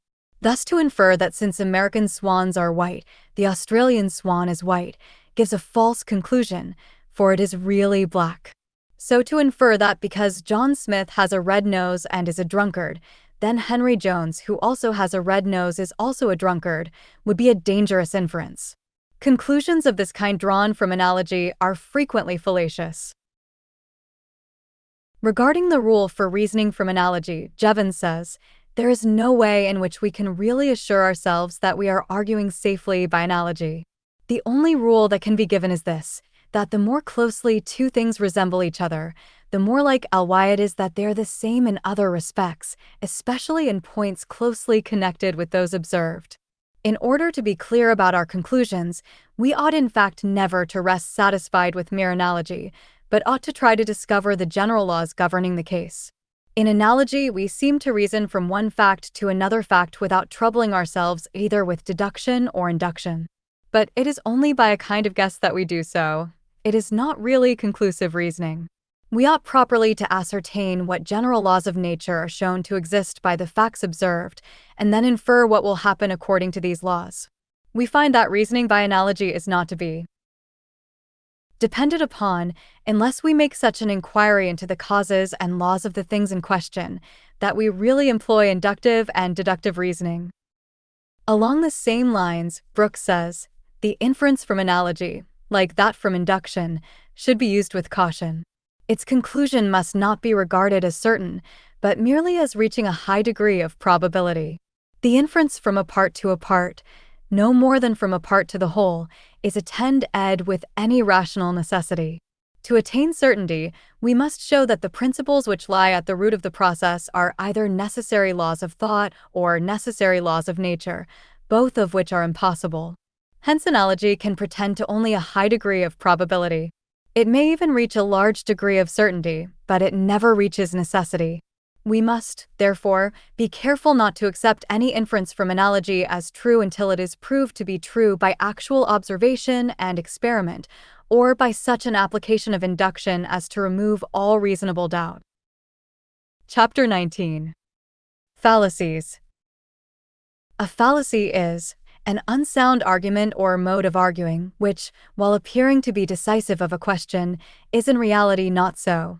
An argument or proposition apparently sound, but really fallacious, a fallacious statement or proposition, in which the error is not apparent, and which is therefore likely to mislead or deceive, sophistry. In deductive reasoning, we meet with two classes of fallacies, namely, fallacious premise and fallacious conclusion. We shall now consider each of these in turn.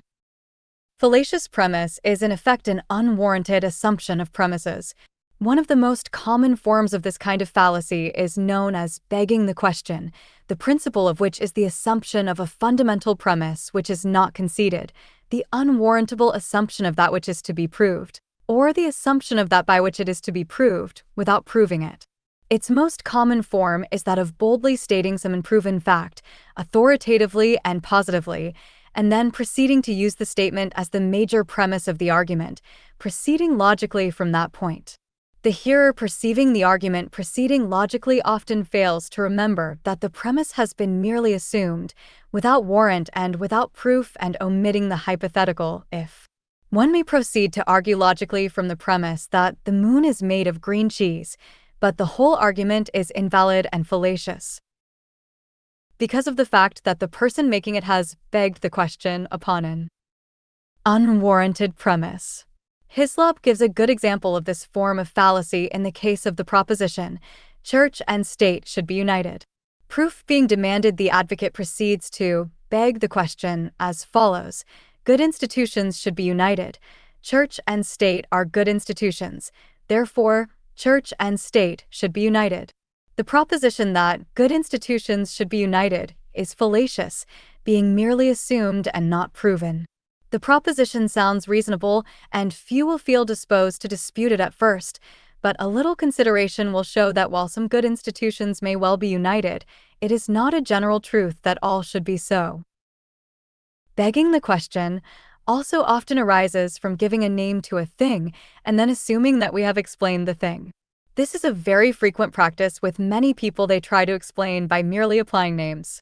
An example of this kind is had in the case of the person who tried to explain why one could see through a pane of glass by saying, because it is transparent. Or when one explains that the reason a certain substance breaks easily is because it is brittle. Molière makes the father of a dumb girl ask why his daughter is dumb. The physician answers, nothing is more easy than to explain it. It comes from her having lost the power of speech. Yes, yes, objects the father, but the cause, if you please, why she has lost the power of speech. The physician gravely replies, all our best authors will tell you that it is the impeding of the action of the tongue. Jevons says, the most frequent way, perhaps, in which we commit this kind of fallacy is to employ names which imply that we disapprove of something, and then argue that because it is such and such, it must be condemned. When two sportsmen fall out in some manner relating to the subject of game, one will, in all probability, argue that the act of the other was unsportsmanlike, and therefore should not have been done. Here is to all appearance a correct syllogism. No unsportsmanlike act should be done. John Robinson's act was unsportsmanlike, therefore, John Robinson's act should not have been done. This is quite correct in form, but it is evidently the mere semblance of an argument.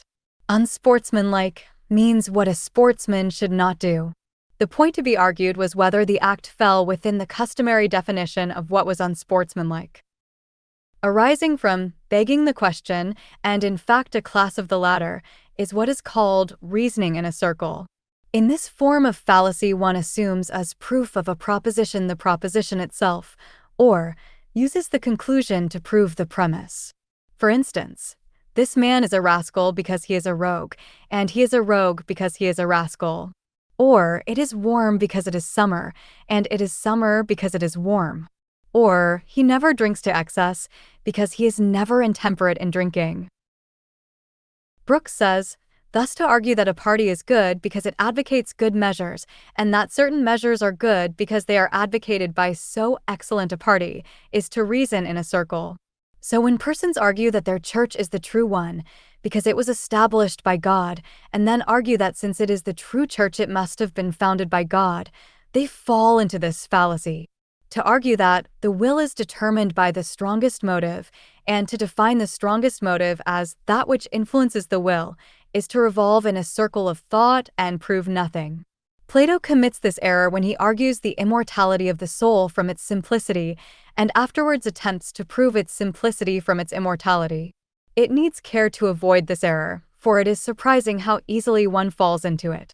Hyslop says, the fallacy of reasoning in a circle occurs mostly in long arguments where it can be committed without ready detection.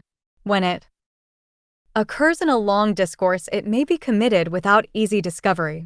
It is likely to be occasioned by the use of synonyms which are taken to express more than the conception involved when they do not. What is called a vicious circle is caused when the conclusion of one syllogism is used for a proposition in another syllogism, which in its turn comes to be used as a basis for the first or original syllogism. Fallacious conclusion is in effect an unwarranted or irrelevant assumption of a logical conclusion. There are many forms of this fallacy, among which are the following. Shifting ground, which consists in the pretense of proving one thing while in reality merely a similar or related thing is being proved. In this class is the argument that because a man is profane he must necessarily be dishonest, or that because a man denies the inspiration of the scriptures he must be an atheist. Fallacious questioning, in which two or more related questions are asked, and the answer of one is then applied to the other. For instance, you assert that the more civilized a community, the more silk hats are to be found in it? Yes. Then, you state that silk hats are the promoters and cause of civilization in a community?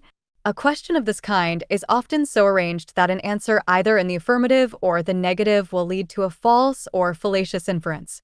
For instance, the question once asked a respectable citizen on the witness stand, "Have you stopped beating your mother?"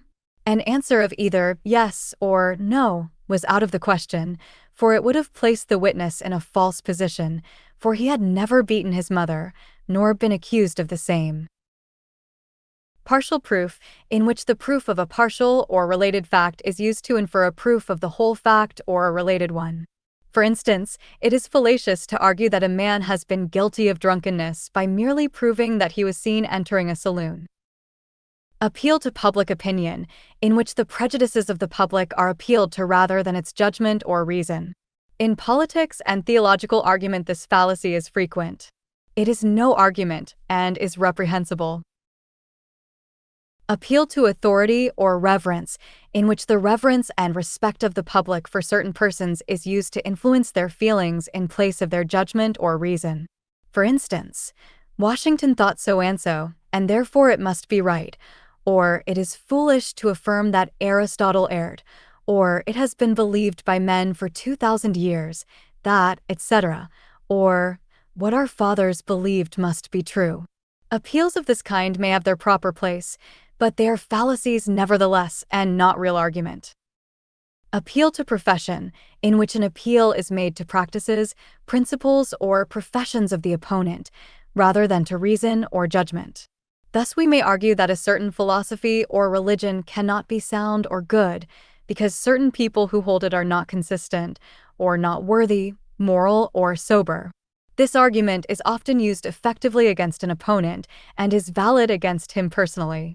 But it is no valid argument against his philosophy or belief, because he may act in violation of them, or he may change his practices and still adhere to his belief. The two are not joined. Appeal to general belief, in which an appeal is made to general or universal belief, although the same may be unsupported by proof. This is quite common, but is no real argument. The common opinion may be erroneous, as history proves. A few centuries ago, this argument could have been used in favor of the Earth being flat, etc. A half-century ago, it was used against Darwin. Today, it is being used against other new ideas. It is a fallacy by its very nature.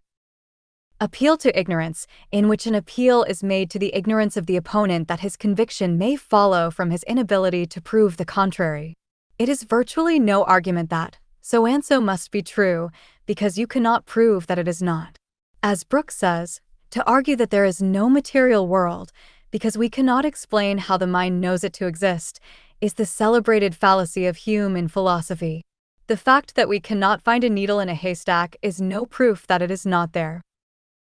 Introduction of new matter, also called non sequitur, in which matter is introduced into the conclusion that is not in the premises.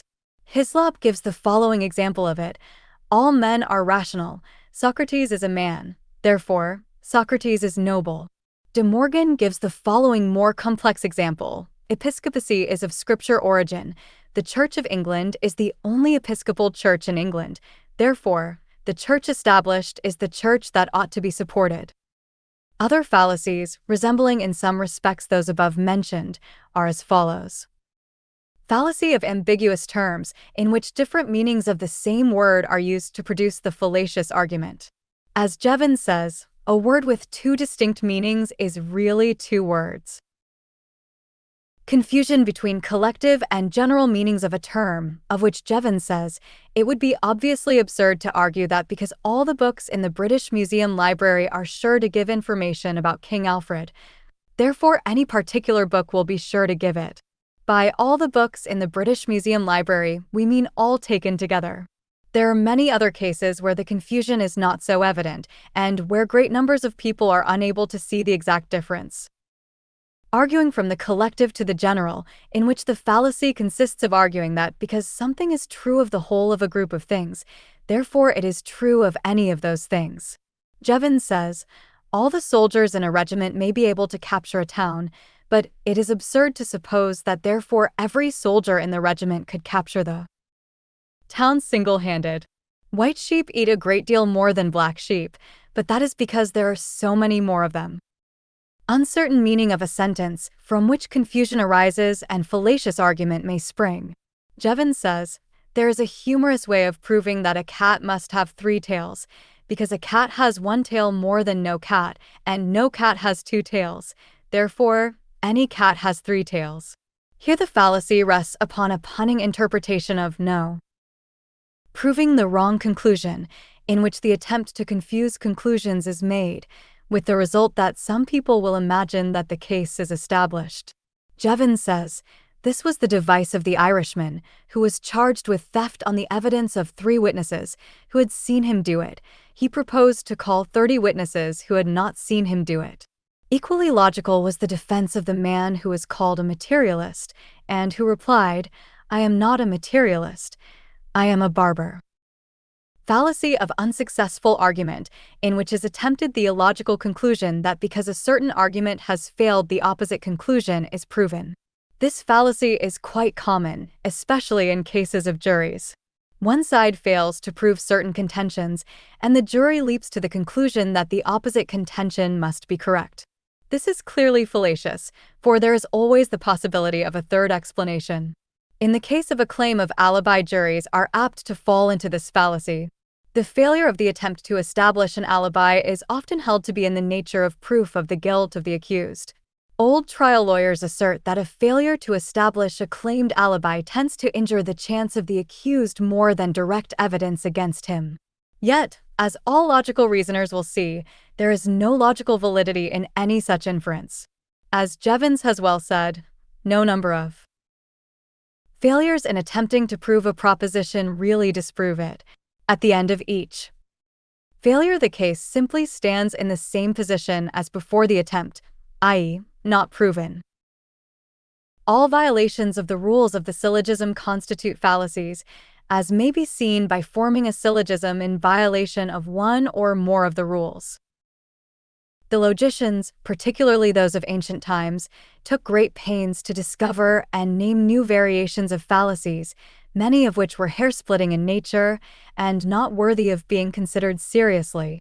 Some of those which we have enumerated may possibly be open to the same criticism, but we have omitted many of the worst offenders against practical common sense. An understanding of the fundamental laws of reasoning is sufficient to expose and unmask all fallacies, and such understanding is far more valuable than the memorizing of the names of hair-splitting fallacies which would not deceive a child. In addition to the above stated fallacies of deductive reasoning, there are other fallacies which are met with in inductive reasoning. Let us briefly consider them. Hasty and false generalization is a common fallacy of this class. Persons sometimes see certain qualities in a few individuals of a class and mistakenly infer that all the individuals in that class must possess these same qualities. Travelers frequently commit this fallacy. Englishmen visiting the United States for a few weeks have been known to publish books upon their return home, making the most ridiculous generalizations regarding the American people, their assertions being based upon the observation of a few scattered individuals, often not at all representative. Americans traveling abroad commit similar errors. A flying trip through a country does not afford the proper opportunity for correct generalization. As Brooks says, no hypothesis should be accepted as true until the facts are so numerous that there can be no doubt of its being proved. Fallacies of observation result from incorrect methods of observation, among which may be mentioned the following: careless observation, or inexact perception and conception; partial observation, in which one observes only a part of the thing or fact, omitting the remainder, and thus forming an incomplete and imperfect concept of the thing or fact; neglect of exceptions and contradictory facts, in which the exceptions and contradictory facts are ignored, thereby giving undue importance to the observed facts; assumption of facts which are not real facts, or the assumption of the truth of things which are untrue; confusing of inferences with facts, which is most unwarrantable. Fallacies of mistaken cause result from the assumption of a thing as a cause, when it is not so, of which the following are familiar examples: substituting the antecedent for the cause, which consists in assuming a mere antecedent thing for a cause of another thing. Thus one might assume that the crowing of the cock was the cause of daybreak, because it preceded it, or that a comet was the cause of the plague which followed its appearance, or in the actual case in which a child reasoned that doctors caused deaths, because Observatine had shown that they always visited persons before they died, or that crops failed because a president of a certain political party had been inaugurated a few months before. Some fallacies of everyday reasoning are quite as illogical as those just mentioned. Substituting the symptom for the cause, which consists in assuming as a cause some mere symptom, sign, or incident of the real cause. To assume that the pimples of measles were the cause of the disease would be to commit a fallacy of this kind. We have mentioned elsewhere the fallacy which would assume silk hats to be the cause of civilization, instead of being a mere incident of the latter. Politicians are fond of assuming certain incidents or signs of a period as being the causes of the prosperity, culture, and advancement of the period, or the reverse. One might argue with equal force that automobiles were the causes of national prosperity, pointing to the fact that the more automobiles to be seen, the better the times, or that straw hats produced hot weather for similar reasons. The fallacy of analogy consists in assuming a resemblance or identity where none exists. We have spoken of this in another chapter. Brooks says, also, it is a fallacy to carry an analogy too far, as to infer from the parable of the praying of the importunate woman that God resembles the unjust judge. In conclusion, we would call your attention to the following words from Jevons, in which he expresses the gist of the matter. It is impossible too often to remind people that, on the one hand, all correct reasoning consists in substituting like things for like things, and inferring that what is true of one will be true of all which are similar to it in the points of resemblance concerned in the matter.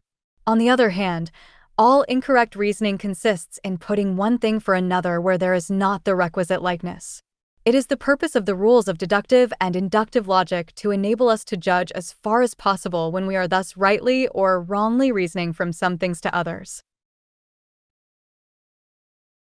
Please subscribe Enchanting Audiobooks for more.